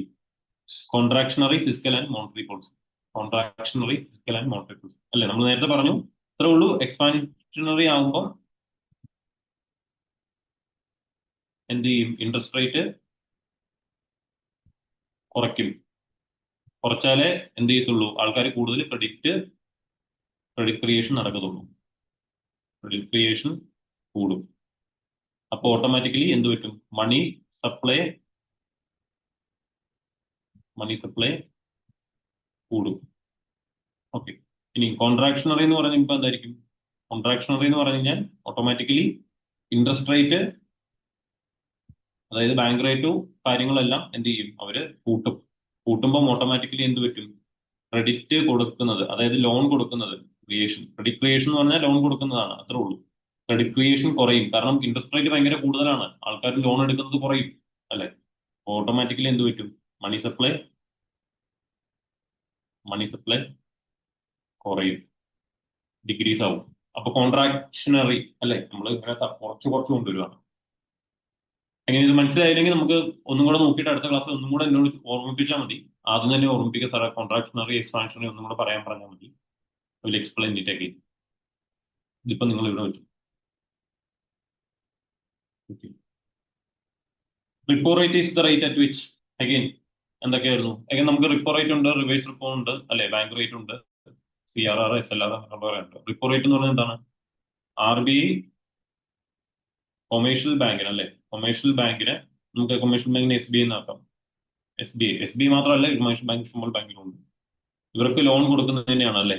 ലോൺ കൊടുക്കുന്നതിനാണ് ഈ പറയുന്ന ലോൺ കൊടുക്കുന്നതും അവർക്കപ്പോ തിരിച്ചു എന്ത് ചെയ്യണം? ഈ പറയുന്ന ഇൻട്രസ്റ്റ് പേയ്മെന്റ് കൊടുക്കണം. ഓക്കെ, ഈ ഇൻട്രസ്റ്റിനെയാണ് നമ്മൾ എന്ത് റിപ്പോ റേറ്റ് എന്ന് പറയുന്നത്. അഗൈൻ ഈ ഇൻട്രസ്റ്റ് റേറ്റ് കൂട്ടിക്കഴിഞ്ഞാൽ ഓട്ടോമാറ്റിക്കലി ഇവര് ലോൺ കൊടുക്കുന്ന ആർക്കാണ്? പീപ്പിളിനാണ്, അല്ലെ? ഈ ഇൻട്രസ്റ്റ് റേറ്റ് കൂട്ടിയാൽ ഇവരും ഉറപ്പായിട്ടും എന്ത് ചെയ്യും? ഇതിനൊരു ഇൻട്രസ്റ്റ് ഉണ്ടല്ലേ? ഇതിനൊരു ഇൻട്രസ്റ്റ് ഉണ്ട്, ഈ ഇൻട്രസ്റ്റ് റേറ്റും കൂട്ടും. ക്ലിയർ? ഇത് കുറച്ചാൽ ഇതും കുറയ്ക്കും, ഇത്രേ ഉള്ളൂ. സോ ബേസിക്കലി ഇത്രേ ഉള്ളൂ. ഇൻഫ്ലേഷന്റെ സമയത്ത് ഞാൻ ജസ്റ്റ് സമ്മപ്പ് ചെയ്യുവാണത്. ഇൻഫ്ലേഷന്റെ സമയത്ത് മണി സപ്ലൈ കൂടുതലാണ്, അല്ലെ? മണി സപ്ലൈ കൂടുതലാണ്. അപ്പൊ അത് കുറയ്ക്കണമെങ്കിൽ എന്ത് ചെയ്യണം? Bank rate, repo, reverse repo, CRR, SLR, MSF, അല്ലെ?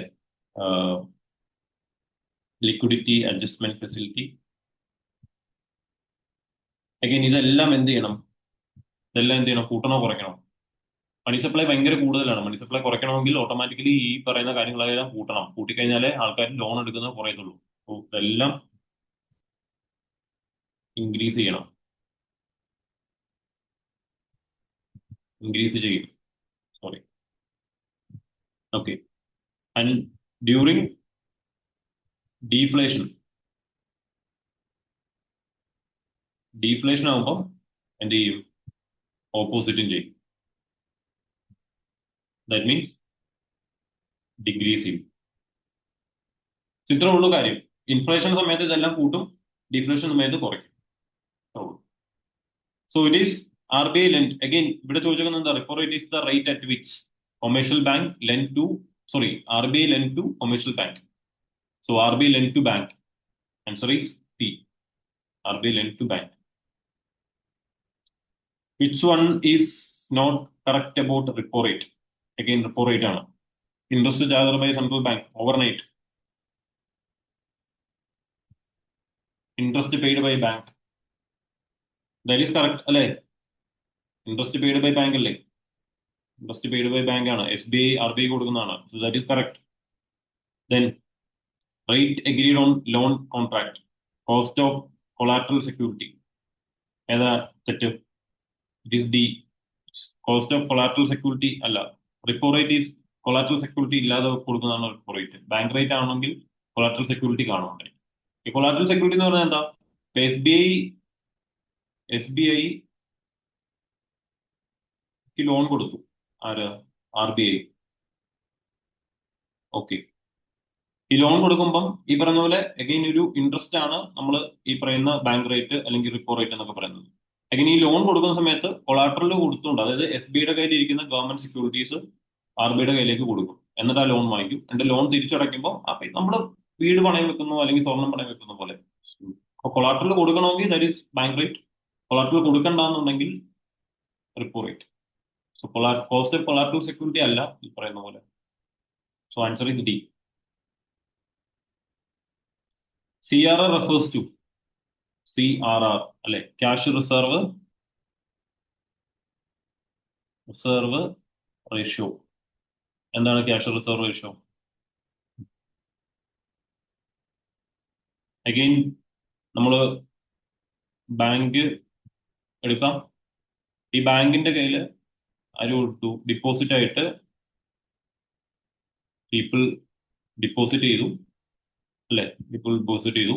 അവരിത് ലോൺ കൊടുത്തു. ഓക്കെ. അവരത് ലോൺ കൊടുത്തു. ഇതാണ് ബേസിക് ആയിട്ടുള്ള സാധനം.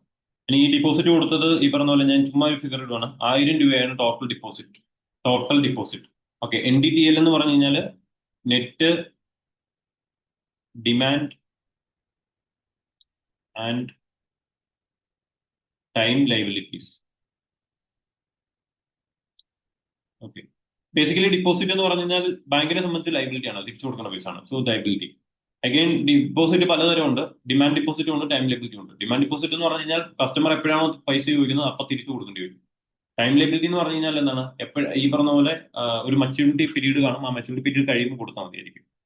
അഗൈൻ ഇവിടെ നോക്കുമ്പോൾ എന്ന് വെച്ച് കഴിഞ്ഞാൽ ഈ പറയുന്ന 1000 രൂപയുടെ ഇത്ര ശതമാനം, 1000 രൂപയും ലോൺ കൊടുത്തു കഴിഞ്ഞാൽ ഈ ബാങ്കിൽ ഫെയിൽ ആയി കഴിഞ്ഞ് കഴിഞ്ഞാൽ നമുക്ക് മൊത്തം പണിയാവും. സോ ബേസിക്കലി 1000 രൂപയ്ക്കകത്ത് നിന്ന് ഈ പറഞ്ഞ CRR ആയിട്ട് പറയും. ഓക്കെ. CRR ആയിട്ട് നിങ്ങൾ റിസർവ് ആയിട്ട് ഒരു 400 രൂപ അല്ലെങ്കിൽ ഒരു 200 രൂപ വെക്കണമെന്ന് പറയും. സോ ടോട്ടൽ ലോൺ കൊടുക്കാൻ പറ്റുന്നത് 800 രൂപ എടുത്തുള്ളൂ. ഓക്കെ. ഇനി ഇത് കൂട്ടിക്കഴിഞ്ഞാൽ, അതായത് 400 ആക്കി കഴിഞ്ഞാൽ ഇവിടെ എത്ര വരും? 600 രൂപയെ ലോൺ കൊടുക്കാൻ പറ്റുള്ളൂ. ഇത് ഇസ് കോൾഡ് CRR. അപ്പൊ CRR എന്ന് പറഞ്ഞാൽ ഇത്രേ ഉള്ളൂ. ഈ പറഞ്ഞ പോലെ ക്യാഷ് ആയിട്ട് വെക്കണം. സോ ക്യാഷ് ആയിട്ട് എവിടെ വെക്കണം? വിത്ത് RBI.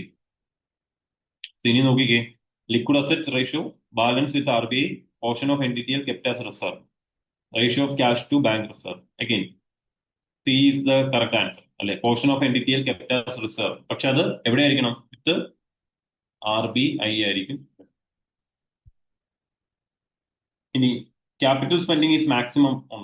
അഗെയിൻ ക്യാപിറ്റൽ സ്പെൻഡിങ് ഇതൊരു ബഡ്ജറ്റ് റിലേറ്റഡ് ആയിട്ടുള്ള കറണ്ട് അഫെയർ ആണ്. കറണ്ട് അഫെയർ ക്വസ്റ്റ്യൻ ആണ്. Budget related. 2018 റൂറൽ ഡെവലപ്മെന്റ് ആയിരുന്നു. ഇത് നിങ്ങൾ നോക്കിയിട്ട് കാര്യമില്ല. 2026 എന്തായിരുന്നു എന്നുള്ളതാണ് നമ്മൾ നോക്കുന്നത്. ലേറ്റസ്റ്റ് ബഡ്ജറ്റിനകത്ത് ഇറ്റ് ഈസ് ട്രാൻസ്പോർട്ടിനാണ് ഏറ്റവും കൂടുതൽ. അഗെയിൻ കഴിഞ്ഞ വർഷം അത് ഡിഫൻസിനായിരുന്നു. 2024-25 നോക്കിക്കഴിഞ്ഞാൽ അത് ഡിഫൻസ് ആയിരുന്നു. ബട്ട് 25-26 നോക്കി കഴിയുമ്പോഴത്തേനും it is transport. Rural development മൂന്നാമതാണ്. എനിക്ക് ഇതാണ് ഓർഡർ, ഈ പറയുന്നതാണ് ഓർഡർ. ഏറ്റവും കുറവ് ഡെവലപ്മെന്റ് ഓഫ് നോർത്ത് ഈസ്റ്റ് ആണ് ഏറ്റവും കുറവ് വരുന്നത്. ആദ്യത്തെ 2-3 പഠിച്ചു വെക്കുക. Okay, transport, defence, rural development, അത് മൂന്നും പഠിച്ചു വെക്കുക. ഡിഫൻസ് നിങ്ങൾക്ക് ഉറപ്പായിട്ടും പഠിച്ചു വെക്കണം. ഡിഫൻസ് ഇപ്പൊ രണ്ടാമതാണ്. ചിലപ്പോൾ ഈ തവണ ചോദിക്കാൻ സാധ്യതയുണ്ട്. കാരണം കഴിഞ്ഞ വർഷം ഡിഫൻസ് ആയിരുന്നു ഒന്നാമത്, ഇപ്പൊ ഈ രണ്ടാമത് ഡിഫൻസ് ആയി, അതുകൊണ്ട് ചോദിക്കാൻ സാധ്യതയുണ്ട്. ഇത് ഈ വർഷത്തെ ബഡ്ജറ്റാണ്.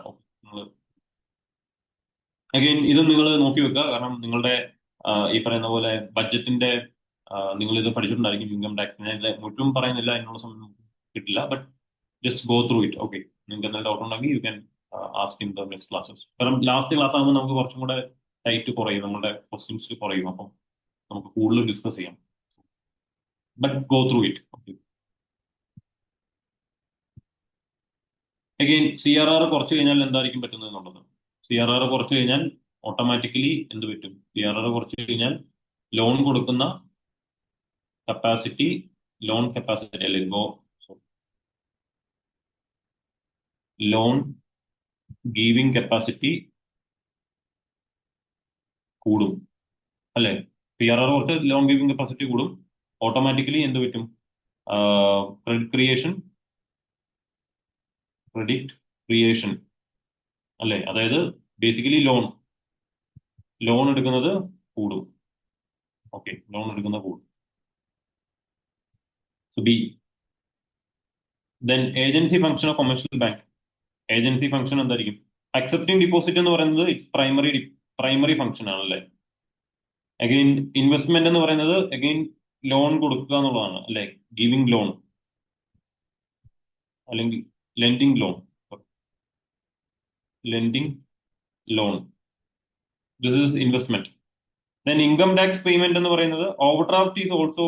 അതായത് നിങ്ങൾ ഇപ്പം അക്കൗണ്ടിൽ 5000 രൂപയേ ഉള്ളൂ. ഓക്കെ, 5000 രൂപ നിങ്ങളുടെ അക്കൗണ്ടിലുള്ളൂ, ടോട്ടൽ 5000 രൂപ ഉള്ളൂ.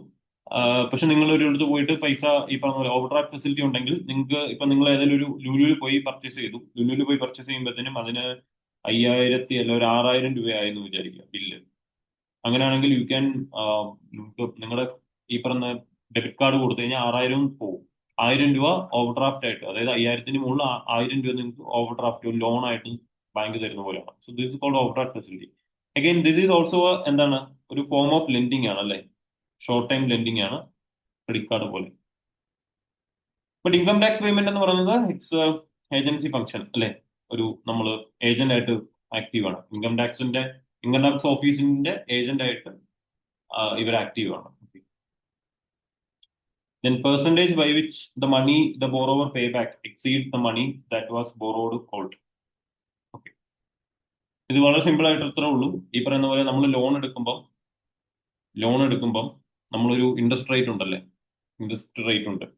ഈ ഇൻട്രസ്റ്റ് റേറ്റിനെക്കാട്ടിലും കൂടുതൽ ഇൻട്രസ്റ്റ് റേറ്റ് ആയിരിക്കും ചിലപ്പോൾ നമ്മൾ കൊടുക്കേണ്ടി വരുന്നത്. അപ്പൊ അതെന്ന് വെച്ച് കഴിഞ്ഞാൽ ഇത്രേ ഉള്ളൂ, ഇൻഫ്ലേഷൻ അഡ്ജസ്റ്റഡ് ആകുന്നതാണ്. ഓക്കെ, അപ്പൊ അതാണ് മെയിൻലി ഈ പറഞ്ഞ നോമിനൽ ഇൻട്രസ്റ്റ് റേറ്റ് എന്ന് പറയുന്നത്. നോമിനൽ ഇൻട്രസ്റ്റ് റേറ്റ് എന്ന് പറഞ്ഞു കഴിഞ്ഞാൽ ഇൻഫ്ലേഷൻ അഡ്ജസ്റ്റഡ് ആയിരിക്കും. ഇതെന്ന് പറഞ്ഞു കഴിഞ്ഞാൽ ഈ പറയുന്ന പോലെ അഗൈൻ ഇവിടെ എഴുതിയിട്ടുണ്ട്. So does not adjust for inflation. Correct definition. Again sorry, inflation adjusted അല്ല, എന്റെ മിസ്റ്റേക്ക് ആണ്. റിയൽ ഇൻട്രസ്റ്റ് റേറ്റ് എന്ന് പറഞ്ഞാൽ ഇൻഫ്ലേഷൻ അഡ്ജസ്റ്റഡ് ആയിരിക്കും.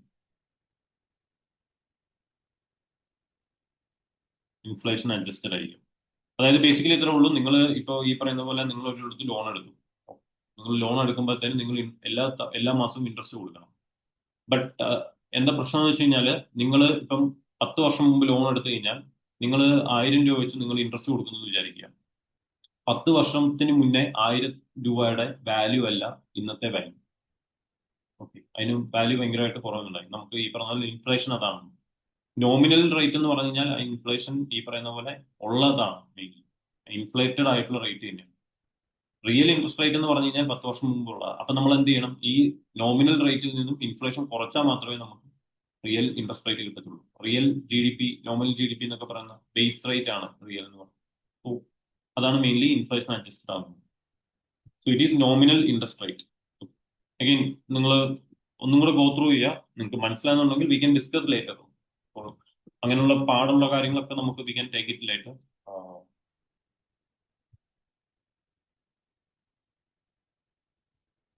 So percentage paid over borrowed amount. Percentage paid over the borrowed amount. That is nominal interest rate. Does not adjust for inflation. Correct definition. So real interest rate എന്ന് പറഞ്ഞാൽ nominal rate minus inflation. Then asset pledged for loan security is nothing but collateral. നിങ്ങൾ വീട് പണയം വെച്ചിട്ട് അല്ലെങ്കിൽ സ്വർണം പണയം വെച്ചിട്ട് നമ്മൾ ലോൺ എടുക്കുകയാണെങ്കിൽ it is called collateral. B hard currency is defined as hard currency is defined as hard currency is defined as what? എന്താണ്?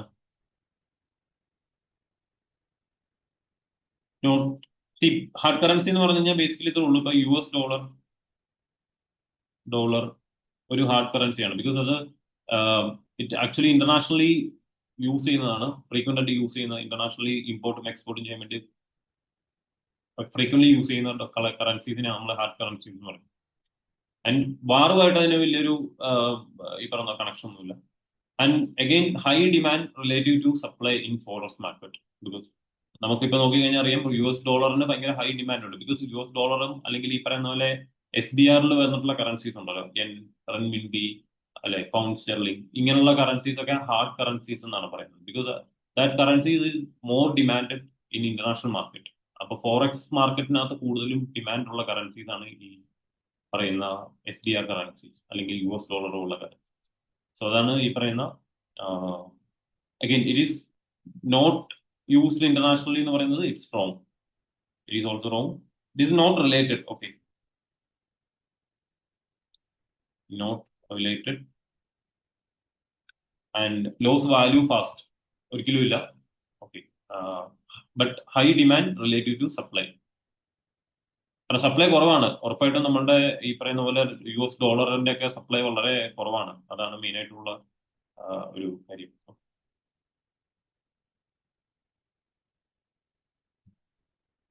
സോ ബേസിക്കലി സ്റ്റേബിൾ ആയിരിക്കും. Stable in value. Stable in value. Examples US dollar, yen, then euro, like pound sterling, ഇതൊക്കെയാണ് main ആയിട്ടുള്ള. റൺമിൻബി.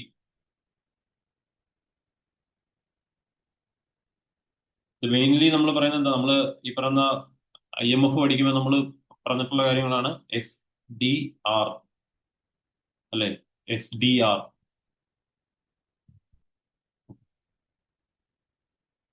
Then Insolvency and Bankruptcy Board of India was established in the year. It is established in 2016. Okay, established in 2016. Mainly insolvency and bankruptcy എന്ന് പറഞ്ഞാൽ ഇത്രേ ഉള്ളൂ. നിങ്ങൾ ഈ പറഞ്ഞ insolvency എന്ന് പറഞ്ഞാൽ എന്താ, നിങ്ങൾ ലോൺ എടുത്തു, വളരെ സിമ്പിൾ ആയിട്ട് പറഞ്ഞ ഇത്രേ ഉള്ളൂ. നിങ്ങൾ ലോൺ എടുത്തു, നിങ്ങൾക്ക് ആ ലോൺ തിരിച്ചടയ്ക്കാൻ പറ്റുന്നില്ല. സോ ഇറ്റ് ഈസ് കോൾഡ് എന്താണ്, ആദ്യം നമ്മൾ അതിനെ നമ്മൾ എന്താ പറയുന്നത്, NPA എന്ന് പറയും. NPA അല്ലെ, നോൺ പെർഫോമിംഗ് അസെറ്റ്. അതായത് ലോൺ എന്ന് പറയുന്നത് ബാങ്കിനെ സംബന്ധിച്ച് ഒരു അസറ്റ് ആണ്. ആ അസറ്റ് ഏൺ ചെയ്യുന്ന പൈസയാണ് ഇൻട്രസ്റ്റ് എന്ന് പറയുന്നത്. ഈ ഇൻട്രസ്റ്റ് 90 ദിവസം കഴിഞ്ഞിട്ട് കിട്ടുന്നില്ല എന്നുണ്ടെങ്കിൽ ആ അസറ്റ് പെർഫോം ചെയ്യുന്നില്ല എന്നാണ് അർത്ഥം. അപ്പൊ അത് NPA. കുറെ നാളുകൾക്ക് ശേഷം ആ മൊത്തം പൈസയും, അത് ലോൺ കൊടുത്ത പൈസ മൊത്തത്തോട് തിരിച്ചു കിട്ടുന്നില്ല എന്ന് വിചാരിക്കുക. അപ്പൊ അത് ബാഡ് ഡെപ്റ്റ് ആയി. സോ ബാഡ് ഡെപ്റ്റ് ആയി കഴിയുമ്പോഴത്തേനും ഈ പറയുന്ന നിങ്ങൾ ഒരു കൊളാട്രൽ എന്തെങ്കിലും വെച്ചിട്ടുണ്ടായിരിക്കും, നിങ്ങളുടെ വീടോ അല്ലെങ്കിൽ നിങ്ങളുടെ എന്തെങ്കിലും ഒരു സാധനമോ പ്ലഡ്ജ് ചെയ്തിട്ടുണ്ടായിരിക്കും, എന്നിട്ടാണെങ്കിൽ ലോൺ എടുക്കുന്നത്. അപ്പം ബാങ്കിനെ സംബന്ധിച്ച് എന്ത് ചെയ്യാം, ബാങ്കിന് ഈ പറയുന്ന ആ പ്രോപ്പർട്ടി അറ്റാച്ച് ചെയ്തിട്ട് ആ പ്രോപ്പർട്ടി വിറ്റിട്ട് ബാങ്കിന്റെ പൈസ തിരിച്ചെടുക്കാം. ബാക്കി എന്തെങ്കിലും ഉണ്ടെങ്കിൽ നിങ്ങൾക്ക് തരാതിരിക്കാം. Okay, so it is called insolvency and bankruptcy എന്നുള്ള ഒരു കോൺസെപ്റ്റ്. ഓക്കെ, ബാങ്ക് ഈ പറയുന്ന പോലെ ജപ്തി ചെയ്തിട്ട് ആ പൈസ പിൻവലിക്കും. നമ്മൾ സിനിമയിലൊക്കെ കാണുന്ന പോലെ തന്നെ. ഓക്കെ, അഗൈൻ ഇതിന് മുന്നേ കുറെ കാര്യങ്ങൾ ഉണ്ടായിരുന്നു. സർഫേസി ആക്ട് എന്നൊക്കെ ഉള്ളവർ നിങ്ങൾ പഠിച്ചിട്ടുണ്ടായിരിക്കും. സർഫേസി ആക്ട് ഉണ്ടായിരുന്നു അല്ലെ, ഡെപ്റ്റ് റിക്കവറി ട്രിബ്യൂണൽ ഉണ്ടായിരുന്നു. ഇങ്ങനെ കുറെ ഇൻസ്റ്റിറ്റ്യൂഷൻസ് ഉണ്ടായിരുന്നു, മൾട്ടിപ്പിൾ ഇൻസ്റ്റിറ്റ്യൂഷൻ. അപ്പൊ ഇത് ഭയങ്കര സമയം എടുത്തുകൊണ്ടിരിക്കുകയായിരുന്നു. അപ്പോഴാണ് 2016 ഈ പറയുന്ന insolvency and bankruptcy board of India എന്ന് പറഞ്ഞൊരു എനിക്ക് insolvency and bankruptcy code create ചെയ്യുന്നു. ആ കോഡ് ക്രിയേറ്റ് ചെയ്യുന്നത് മെയിൻലി ഇതാണ്, ഈ പ്രോസസ്സിനെ കുറച്ചും കൂടെ സ്പീഡ് ആക്കുക. ഇനി ഇതിനെ റെഗുലേറ്റ് ചെയ്യാൻ ഒരു റെഗുലേറ്ററി അതോറിറ്റി വേണം. ആ അതോറിറ്റിയാണ് insolvency and bankruptcy board of India എന്ന് പറയുന്നത്. that was created in 2016. അങ്ങനെ ഞാനൊരു ഓവർവ്യൂ പറഞ്ഞോളൂ. You can go through the site. നിങ്ങൾ ചാറ്റ്ജിപിറ്റിയിലോ അല്ലെങ്കിൽ നിങ്ങളുടെ നോട്ടിനകത്തോ അല്ലെങ്കിൽ നിങ്ങൾ ഗൂഗിളിൽ ജസ്റ്റ് സെർച്ച് ചെയ്താൽ മതി. You will get the relevant information. Again, who among the following was the chairman of committee on deepening digital payments appointed by RBI? Again, ഈ പറയുന്ന RBIയുടെ കമ്മിറ്റീസ് ഇതൊക്കെ കറണ്ട് അഫയർ റിലേറ്റഡ് ക്വസ്റ്റ്യൻസ് ആണ്. അപ്പൊ ഈ നിങ്ങൾ നോക്കേണ്ട കാര്യം കഴിഞ്ഞാൽ ഇപ്പം ഏതൊക്കെ കമ്മിറ്റീസ് ആണ് RBIയുടെ മെയിൻ ആയിട്ട് ഉള്ളത് എന്നൊക്കെ ജസ്റ്റ് ഒന്ന് നോക്കിയേക്കും. It is നതൻ നിലകൻ. നമ്മൾ ഒരുപാട് എക്സ്പ്ലെയിൻ ചെയ്യുന്നതിനകത്ത് കാര്യമില്ല.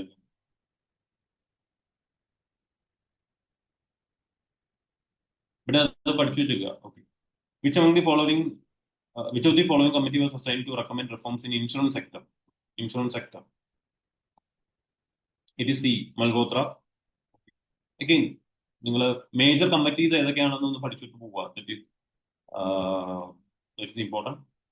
ആൻഡ് അഗൈൻ മേജർ കമ്മിറ്റി ഇപ്പൊ 2024-25 കോൺസ്റ്റിറ്റ്യൂട്ട് ചെയ്തിട്ടുള്ള ഏറ്റവും മേജർ ആയിട്ടുള്ള ഒരു കമ്മിറ്റിയാണ് എത്തിക്കൽ AI എന്ന് പറഞ്ഞിട്ടുള്ള ഒരു കമ്മിറ്റി ഉപയോഗിച്ചിട്ടുണ്ട്.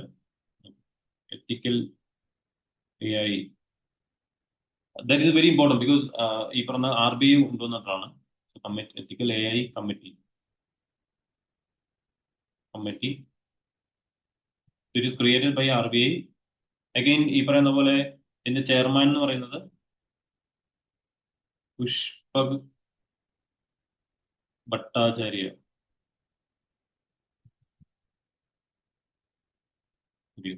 പുഷ്പക് ഭട്ടാചാര്യ. മെയിൻലി ഈ പറഞ്ഞ പോലെ ഫിനാൻസിൽ AI എങ്ങനെ റെസ്പോൺസിബിൾ ആയിട്ട് യൂസ് ചെയ്യാം എന്നുള്ളതാണ് ഈ കമ്മിറ്റി പഠിക്കുന്നത്. Okay. So Pushpak Bhattacharya just ഓർത്തിരിക്കുക. ഓക്കെ. അത് ഏറ്റവും ഇമ്പോർട്ടന്റ് ആയിട്ടുള്ള ഒരു കമ്മിറ്റി ആയതുകൊണ്ടാണ് ഞാൻ അത് പറഞ്ഞത്. AI-യുടെ കേസ് ചോദിക്കാൻ സാധ്യത. Again, participatory notes are associated with which one of the following? Consolidated Fund of India, Foreign Institution Investment, United Nations Development Program, Kyoto Protocol. Okay. Series participatory note എന്ന് പറഞ്ഞു കഴിഞ്ഞാൽ B ആണ്. B. Okay. Foreign Institution Investment.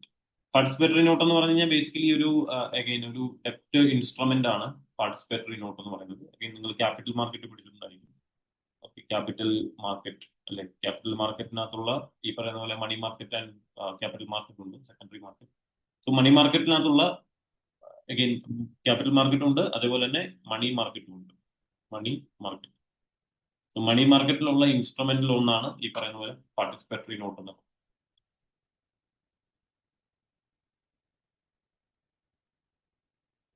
So basically participatory not ഉപയോഗിക്കുന്നത് എന്തിനാന്ന് വെച്ച് കഴിഞ്ഞാല് ഈ പറഞ്ഞ ഞാൻ നേരത്തെ പറഞ്ഞില്ലേ, ഫോറിൻ ഇൻസ്റ്റിറ്റ്യൂഷൻ ഇൻവെസ്റ്റ്മെന്റ് എന്നുള്ളത്. ഫോറിൻ നാഷണൽസ് അവർക്ക് ഇവിടെ വന്ന് ഈ പറഞ്ഞ പോലെ SEBI securities and exchange board of India അല്ലെ, നമ്മുടെ സ്റ്റോക്ക് എക്സ്ചേഞ്ചിനെ റെഗുലേറ്റ് ചെയ്യുന്ന ബോഡി, ആ ബോഡിയിൽ രജിസ്റ്റർ ചെയ്യണം എന്നൊക്കെയുള്ള നിർബന്ധം വേണം. അപ്പം അഗൈൻ അത് രജിസ്റ്റർ ചെയ്യാതെ അവർക്ക് ഇവിടെ ഇൻവെസ്റ്റ് ചെയ്യാൻ പറ്റുന്ന ഒരു വേ ആണ് participatory note. Then SLR. Again SLR നമ്മൾ പറഞ്ഞില്ല, CRR എന്ന് പറഞ്ഞത്. SLR എന്ന് പറഞ്ഞാൽ ഇത്രേ ഉള്ളൂ. ബേസിക്കലി ഈ പറയുന്ന പോലെ റിസർവ് തന്നെയാണ്, CRR പോലുള്ള റിസർവ് ആണ്. പക്ഷെ ഇത് നോട്ട് ഓൺലി ഇൻ ക്യാഷ്. ഇത് ക്യാഷ് ആകാം, അല്ലെങ്കിൽ അതർ ലിക്വിഡ് അസറ്റ്സ് ആകാം, അല്ലെങ്കിൽ ഗോൾഡ്, അല്ലെങ്കിൽ ഈ പറയുന്ന പോലെ ഗവൺമെന്റ് സെക്യൂരിറ്റീസ് അങ്ങനെയുള്ള പല കാര്യങ്ങളായിട്ട് ഇവർക്ക് വെക്കാം. അഗൈൻ ഇത് വിത്തിൻ ബാങ്ക് തന്നെയാണ് അവർ സൂക്ഷിക്കുന്നത്. അവര് RBI അല്ല അതുകൊണ്ട് കീപ്പ് ചെയ്യുന്നത്. So that is SLR. Okay. So to meet SLR, commercial bank can use cash only. Wrong അല്ലെ, ക്യാഷ് ഓൺലി മാത്രമല്ല. സോ ഒന്ന് റോങ് ആണെങ്കിൽ ഉറപ്പായിട്ടും ഇവിടെ കറക്റ്റ് ആണ് ചോദിക്കുന്നത്. ഇത് തെറ്റായിരിക്കും, ഇത് തെറ്റായിരിക്കും, ഇതും തെറ്റായിരിക്കും. So answer is C. നമ്മൾ വേറെ ഒന്നും ആലോചിക്കേണ്ട പോലും ഇല്ല. നമുക്ക് എന്താണ് CRR അല്ലെ SLR എന്ന് അറിഞ്ഞാൽ മാത്രം മതി. So, നമുക്ക് ഒന്നുകൂടെ നോക്കാം. SLR is maintained by bank with themselves. That is correct. And then എന്താണ് SLR restrict the bank leverage in pumping more money into the economy. ശരിയാണ്. കാരണം SLR കൂട്ടുകയോ കുറയ്ക്കുകയോ ചെയ്താൽ അല്ലെ, SLR കൂട്ടിക്കഴിഞ്ഞാൽ ഓട്ടോമാറ്റിക്കലി ബാങ്കിന് കൊടുക്കാനുള്ള ബാങ്കിന്റെ ലോൺ ഗീവിംഗ് കപ്പാസിറ്റി എന്ത് ചെയ്യും, കുറയും. And vice versa.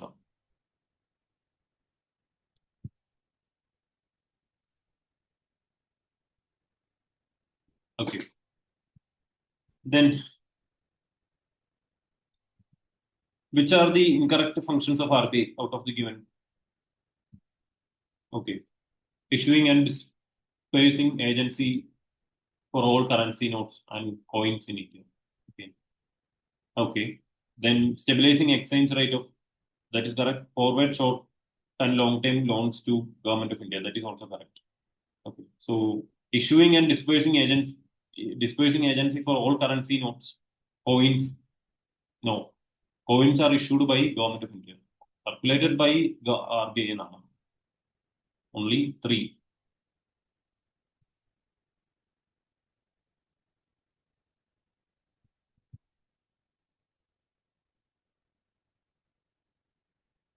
So it is actually answer B. 2 and 3. 2 and 3. Then which one of the following are the devaluation of or depreciation of currency? Depreciation of currency. It lead to increase in imports, decrease in export. Okay, നമുക്ക് ഈ question ഒന്ന് ഇവിടെ വെക്കാം, കാരണം ഇത് കുറച്ച് സമയം എടുക്കും. And we can discuss it later. നമുക്ക് കുറച്ച് തീർത്തിട്ട് വരാം കേട്ടോ. NABARD. NABARD is an apex institution handling matters concerning policy, planning, operation, the field of credit for agriculture and other development activities in rural India. That is correct. NABARD എന്ന് പറഞ്ഞു കഴിഞ്ഞാൽ like national bank for agriculture and rural development അല്ലെ. അതൊരു ഈ പറഞ്ഞ regulator ആണ്, mainly ഈ പറയുന്ന പോലെ agricultural and development activities in rural area. NABARD operate through headquarters at Mumbai. So that is correct. NABARD is apex. Both are correct. Then which one of the following situations can lead to inflation? Okay, inflation എന്ന് പറഞ്ഞാൽ എന്താ? Price കൂടുന്നതിന് over a period of time sustained increase in the general price level of commodities over a period of time.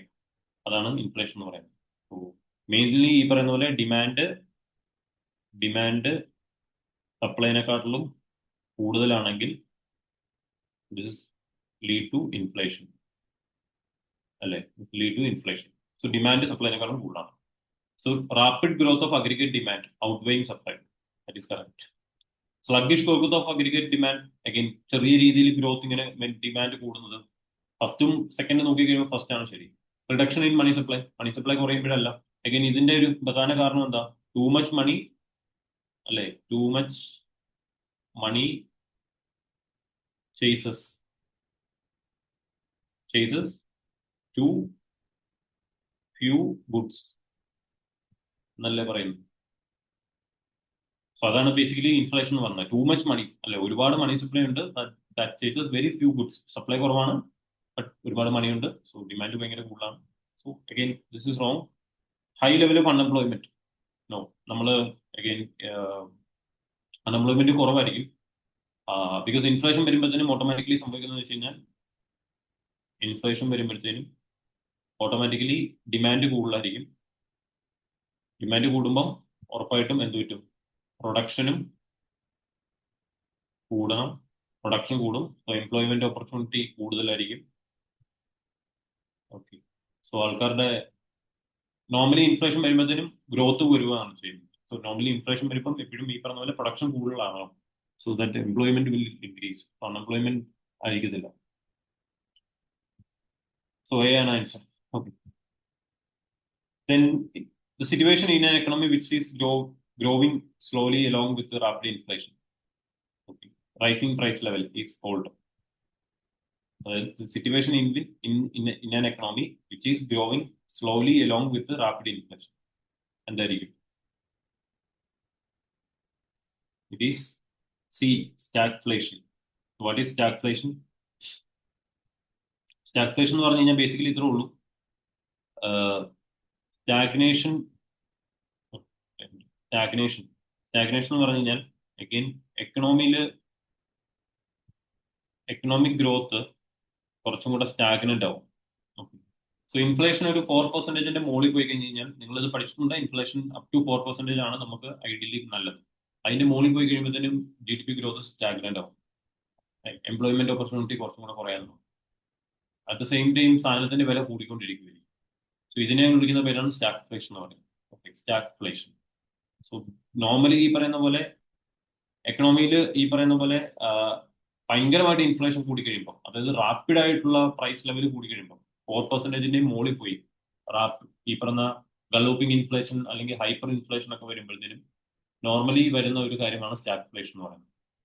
Because 4% അല്ലെങ്കിൽ 10% മുകളിലേക്ക് inflation പോയി കഴിഞ്ഞ് കഴിഞ്ഞാൽ ആൾക്കാർ പിന്നെ ഇൻവെസ്റ്റ് ചെയ്യാൻ പഠിക്കും. സോ പ്രൊഡക്ഷൻ പിന്നെ പതിയെ കുറഞ്ഞു തുടങ്ങും, ആൾക്കാരുടെ ജോലി പോകും.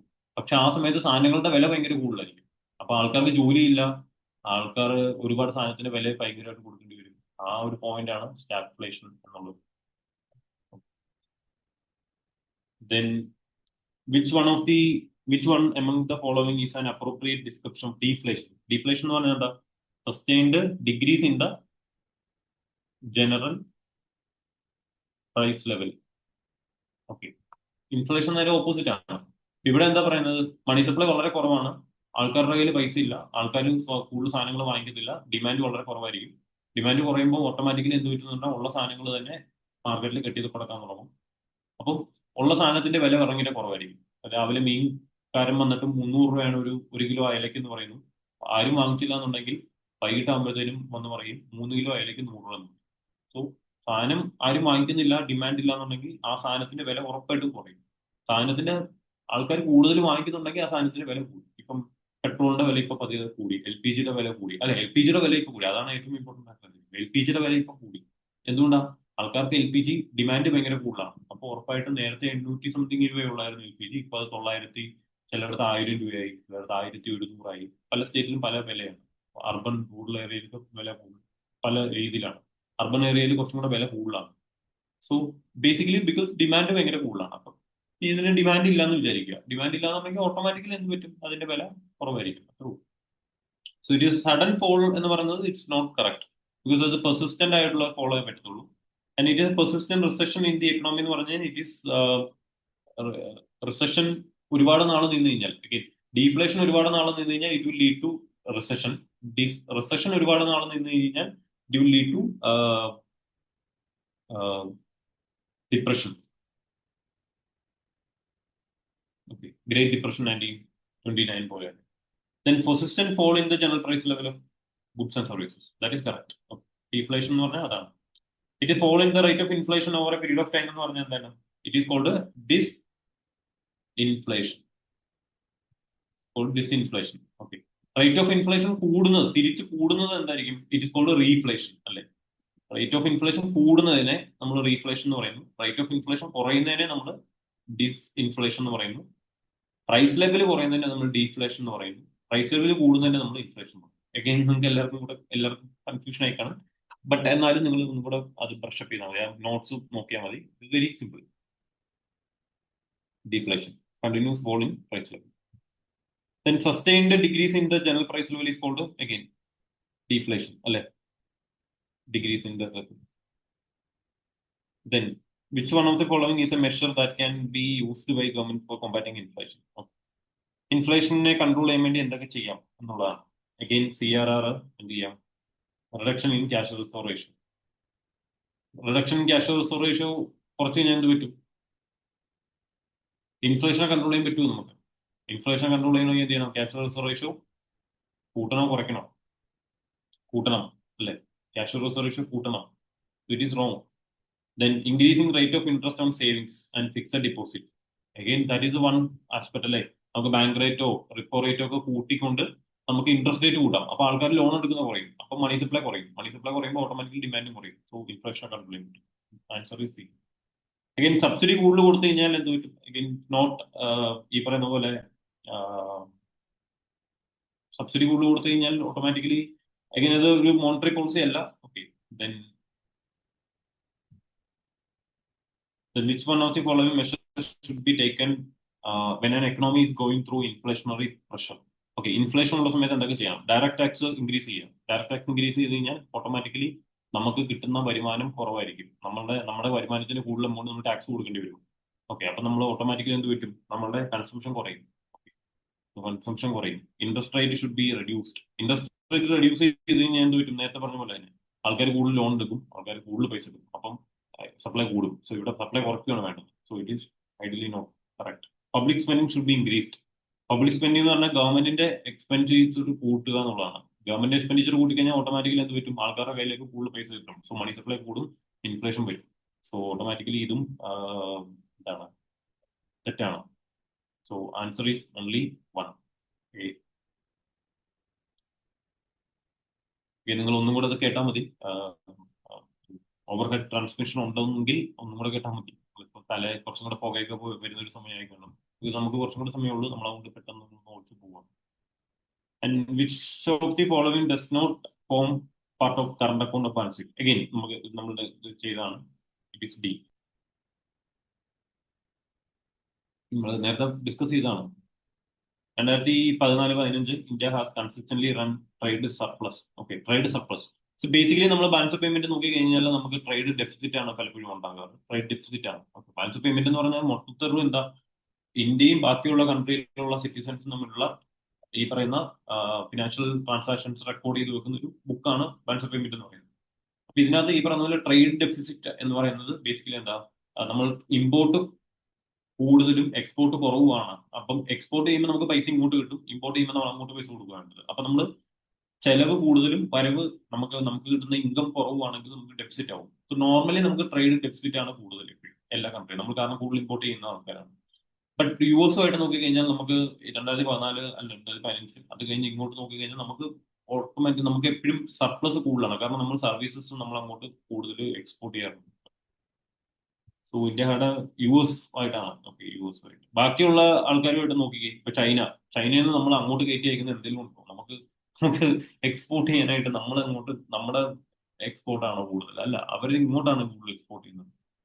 സൗദി അറേബ്യ നോക്കിക്കഴിഞ്ഞാൽ നമ്മൾ ഓയിൽ നമ്മൾ ഇങ്ങോട്ട് ഇമ്പോർട്ട് ചെയ്യുകയാണ് കൂടുതൽ, നമ്മൾ എക്സ്പോർട്ട് ചെയ്യുന്നതിനെക്കാളും. ജർമ്മനി നോക്കിക്കഴിഞ്ഞാലും നമ്മൾ ഇമ്പോർട്ടാണ് കൂടുതൽ, നമ്മൾ എക്സ്പോർട്ടിനെക്കാളും ഇമ്പോർട്ടാണ്. Increase in private investment spending induced by increase in government spending is known as. Again, ഇത്രേ ഉള്ളൂ. പ്രൈവറ്റ് ഇൻവെസ്റ്റ്മെന്റ് ഒരു എക്കണോമിയിൽ it's very important. Okay, private investment is very important. കാരണം വെച്ച് കഴിഞ്ഞാൽ പ്രൈവറ്റ് ഇൻവെസ്റ്റ്മെന്റ് വന്നാലേ ഓട്ടോമാറ്റിക്കലി എന്ത് പറ്റുള്ളൂ? ഗ്രോത്ത് വരുള്ളൂ. ഓക്കെ, പ്രൈവറ്റ് ഇൻവെസ്റ്റ്മെന്റ് വന്നാലേ ഗ്രോത്ത് വരുള്ളൂ. അപ്പൊ ഈ പ്രൈവറ്റ് ഇൻവെസ്റ്റ്മെന്റ് കൂട്ടാൻ വേണ്ടിയിട്ട് ഗവൺമെന്റ് എന്താണെന്ന് വെച്ച് കഴിഞ്ഞാൽ ഗവൺമെന്റ് കൂടുതൽ ഇൻവെസ്റ്റ് ചെയ്യും, ഗവൺമെന്റ് കൂടുതൽ സ്പെൻഡ് ചെയ്യും. ഫോർ എക്സാമ്പിൾ, ഇപ്പൊ ഗവൺമെന്റ് ഒരു പാലം പണിത് കഴിയുമ്പോഴത്തേക്കും ഗവൺമെന്റ് സ്പെൻഡിങ് കൂടിയിട്ടുണ്ട്. അപ്പൊ പാലം പണിയുമ്പോൾ എന്താണ്, ഒരു സ്ഥലത്തു നിന്ന് വേറൊരു സ്ഥലമായിട്ട് കണക്റ്റഡ് ആയി. അപ്പൊ അവിടെ ഫാക്ടറി വരും, അവിടെ ഈ പറയുന്ന കുറെ കാര്യങ്ങൾ വരാൻ തുടങ്ങും. അപ്പൊ പ്രൈവറ്റ് ഇൻവെസ്റ്റ്മെന്റ് എങ്ങനെ ഈ പാലം വന്നതുകൊണ്ട് മാത്രം അല്ലെങ്കിൽ റോഡ് പണിതത് കൊണ്ട് മാത്രം പ്രൈവറ്റ് ആൾക്കാർ എന്ത് ചെയ്യും? ഈ സ്ഥലങ്ങളിൽ പോയി ഇൻവെസ്റ്റ് ചെയ്യും. അപ്പൊ അതാണ് മെയിൻ ആയിട്ട്. ഇപ്പൊ മെട്രോ പണിയുമ്പോൾ ഓട്ടോമാറ്റിക്കലി സംഭവിക്കുന്നത് എന്തായിരിക്കും? കുറെ ആൾക്കാർ വന്നിട്ട് ഈ കൊച്ചിയിലൊക്കെ മെട്രോ പണിയുന്നുണ്ട്. അപ്പൊ കുറെ ആൾക്കാർ ഈ മെട്രോ പില്ലറിന്റെ അല്ലെങ്കിൽ മെട്രോയുടെ കണക്റ്റഡ് ആയിട്ട് നിൽക്കുന്ന സ്ഥലങ്ങളിൽ കൂടുതൽ എസ്റ്റാബ്ലിഷ്മെന്റ്സ് കൊണ്ടുവരുന്നു. അപ്പൊ അങ്ങനെ വരുമ്പോൾ എന്ത് പറ്റുമെന്ന് വെച്ച് കഴിഞ്ഞാൽ ഇതിനെയാണ് നമ്മൾ ക്രൗഡ് ഇൻ എന്ന് പറയുന്നത്. ഓക്കെ, ഇനി പ്രൈവറ്റ് ഇൻവെസ്റ്റ്മെന്റ് കുറയ്ക്കാൻ വേണ്ടിയിട്ട് നമ്മൾ ഗവൺമെന്റ് സ്പെൻഡിങ് കുറച്ച് കഴിഞ്ഞ് കഴിഞ്ഞാൽ അതിന്റെ അർത്ഥം എന്തായിരിക്കും? ക്രൗഡ് ഔട്ട് എന്നാണ് പറയുന്നത്. It is crowding out.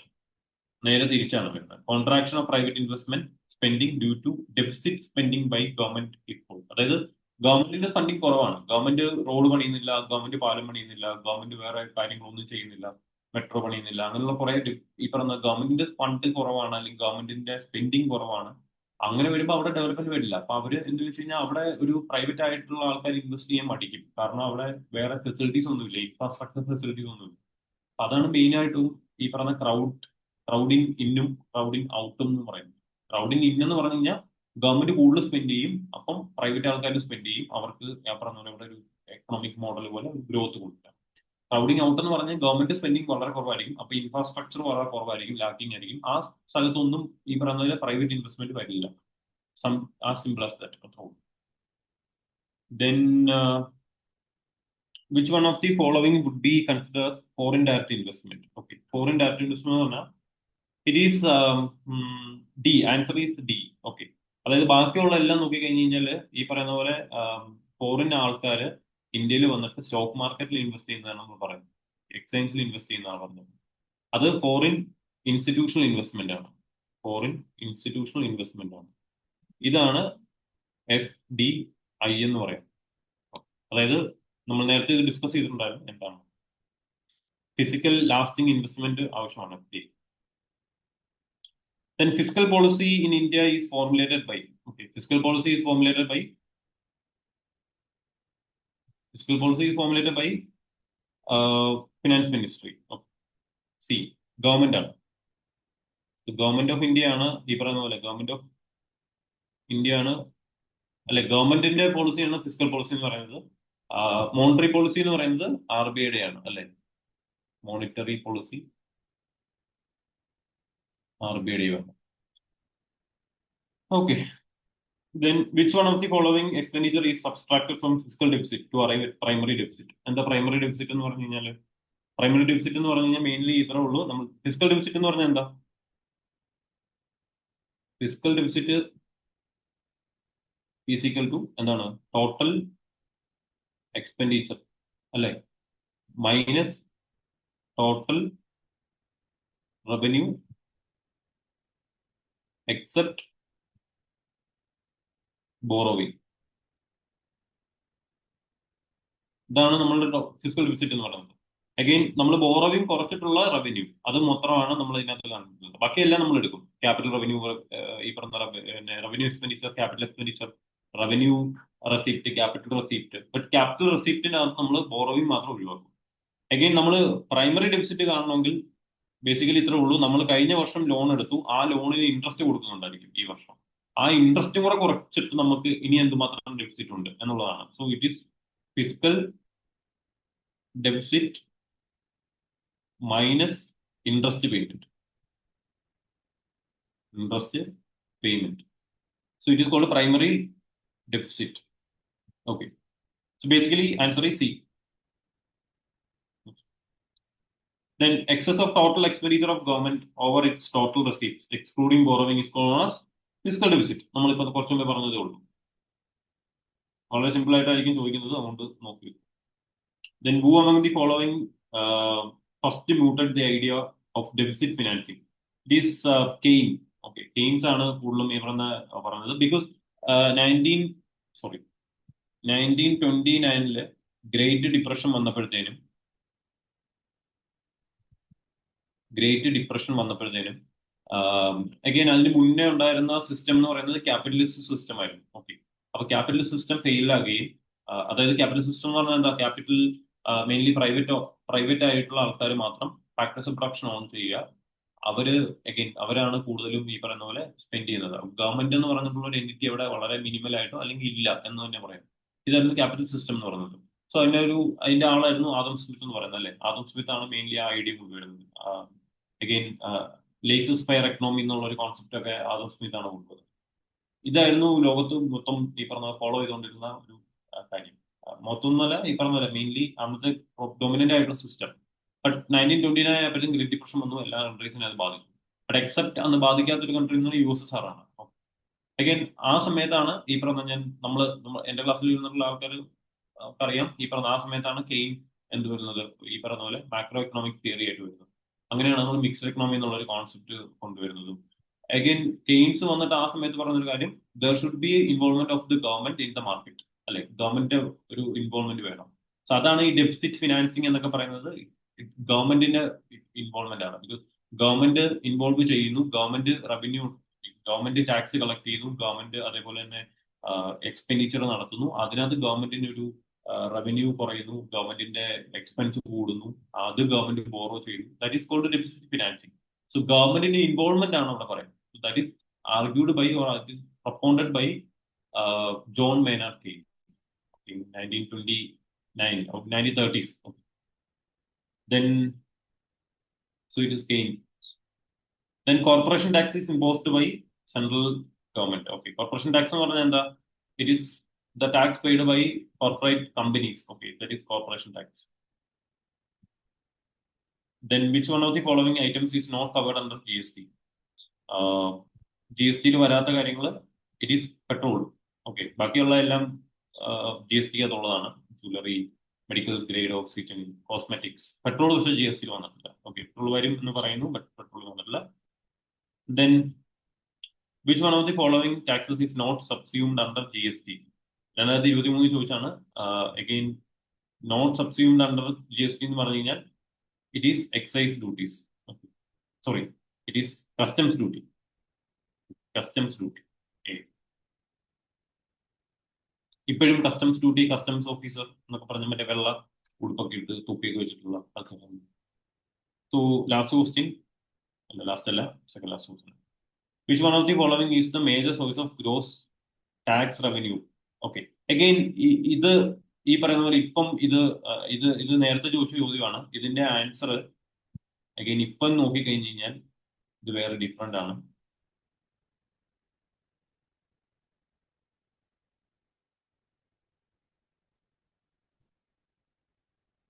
ഒരു 2 മിനിറ്റും കൂടെ നമ്മളിപ്പോൾ തീർക്കാം. നമ്മൾ ഇതല്ലേ, ഇത് നിങ്ങളൊന്ന് റെഫർ ചെയ്താൽ മതി. Okay, rupee come from. Okay, ഏറ്റവും കൂടുതൽ നമുക്ക് റവന്യൂ ആയിട്ട് കിട്ടുന്ന ടാക്സ് എന്ന് പറഞ്ഞു കഴിഞ്ഞാൽ it is income tax. Okay, നേരത്തെ ഇത് കോർപ്പറേഷൻ ടാക്സ് ആയിരുന്നു ആദ്യം, പിന്നീട് ഈ പറഞ്ഞ പോലെ ജി എസ് ടി കണ്ടില്ല. ജി എസ് ടി നമുക്ക് 15% നമുക്ക് ഏറ്റവും കൂടുതൽ കിട്ടുന്നത് ഇൻകം ടാക്സിൽ നിന്നാണ്. പിന്നെ നമ്മൾ കോർപ്പറേഷൻ ടാക്സ് നമുക്ക് കിട്ടുന്നു, അതിനുശേഷമാണ് ജി എസ് ടി വരുന്നത്. ഇനി നമ്മൾ മൊത്തത്തോടു കൂടി എടുത്ത് നോക്കി കഴിഞ്ഞാൽ ക്യാപിറ്റൽ റവന്യൂ, ഈ പറഞ്ഞ റവന്യൂ റെസിപ്റ്റും ക്യാപിറ്റൽ റെസിപ്റ്റും മൊത്തത്തോടു എടുത്ത് നോക്കി കഴിഞ്ഞാൽ ഏറ്റവും കൂടുതൽ നമുക്ക് കിട്ടുന്നത് ബോറോവിംഗ് ആണ്. അല്ലെങ്കിൽ നമുക്ക് ഏറ്റവും കൂടുതൽ ബോറോ ചെയ്യുകയാണ് നമ്മൾ ചെയ്യുന്നത്. ബട്ട് നമ്മളുടെ ബോറോവിംഗ് നമ്മൾ മാറ്റിയിട്ട് നമ്മൾ നോക്കി കഴിഞ്ഞാൽ ഏറ്റവും കൂടുതൽ നമുക്ക് കിട്ടുന്ന എമൗണ്ട് എന്ന് പറയുന്നത് ഈ പറയുന്ന ഇൻകം ടാക്സ് ആണ്. സോ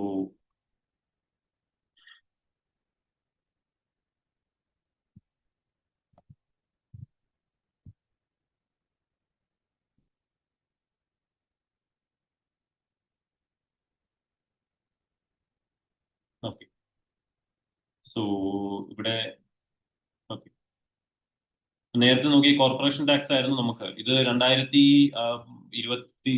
ആ സമയത്താണ് ചോദിച്ചിട്ടുള്ള ചോദ്യമാണ്. 21-22 സമയത്ത് ചോദിച്ചാണ്. അന്ന് കോർപ്പറേഷൻ ടാക്സ് ആയിരുന്നു. അത് കഴിഞ്ഞ് ജി എസ് ടി വന്നു, ജി എസ് ടി ആയിരുന്നു അത് കഴിഞ്ഞിട്ട്. അതിനുശേഷം ഇപ്പൊ ഇൻകം ടാക്സ് ആണ്. ഇപ്പൊ ഇപ്പോഴത്തെ ആൻസർ വ്യത്യാസമാണ്.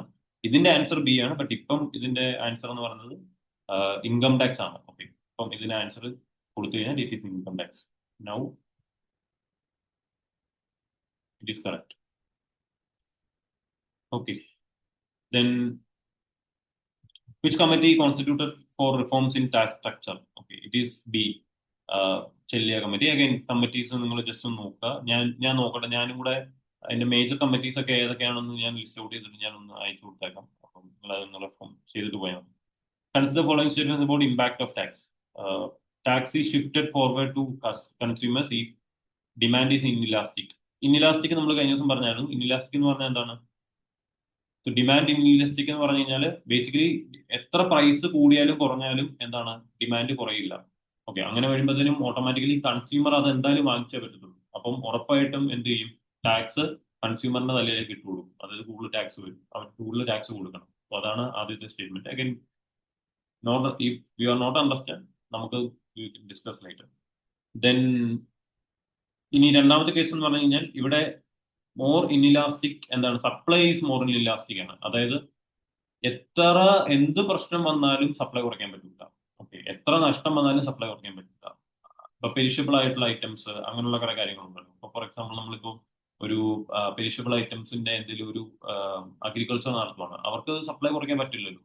അവർ ഓൾറെഡി അത് ചെയ്തു കഴിഞ്ഞു. അപ്പൊ നമ്മൾ വേറെ എന്ത് പ്രശ്നം വന്നാലും അതിന്റെ വില കുറഞ്ഞാലും അവർക്ക് അത് ചെയ്യാതിരിക്കാൻ പറ്റില്ല.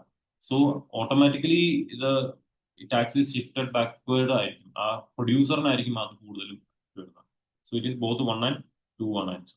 ഇൻഇലാസ്റ്റിക് ഡിമാൻഡ് എന്ന് പറഞ്ഞാൽ consumers beer the tax. Inelastic supply എന്ന് പറഞ്ഞു കഴിഞ്ഞാൽ producer beer the tax.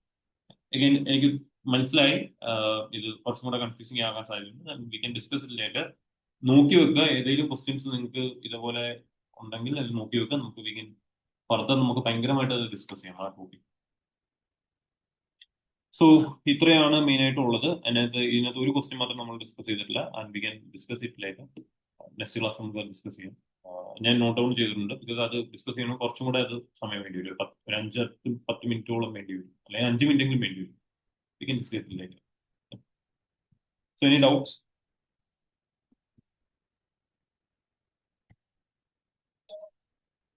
Any doubts? Clear ആണോ? Yaram sir. So go through the notes and go through the questions, go through the notes. And again, നിങ്ങളുടെ fundamentals, നിങ്ങളുടെ notes ഉണ്ടല്ലോ, നിങ്ങൾക്ക് ക്ലാസ്സിൽ തന്നിരിക്കുന്ന നോട്ട്സ് കാണും. സോ ആ നോട്ടിനകത്തൂടെ നിങ്ങൾ go through it. And NCERT നിങ്ങൾ കുറച്ചും കൂടെ ഫണ്ടമെന്റൽസ് അതിലേക്ക് ഒന്നും കൂടെ ഫോക്കസ് ചെയ്യാം. You will get. ഓക്കെ, നിങ്ങൾ ഇപ്പം മനസ്സിലായി കാണും, നിങ്ങൾ പഠിച്ചത് ടോപ്പിക് തന്നെ ചോദിക്കുന്നുള്ളൂ, വളരെ സിമ്പിൾ ആയിട്ട് ചോദിക്കുന്നു. We can discuss it later. നമുക്ക് 3 more classes ഉണ്ട്. We can discuss further. Okay, thank you. Thank you, sir.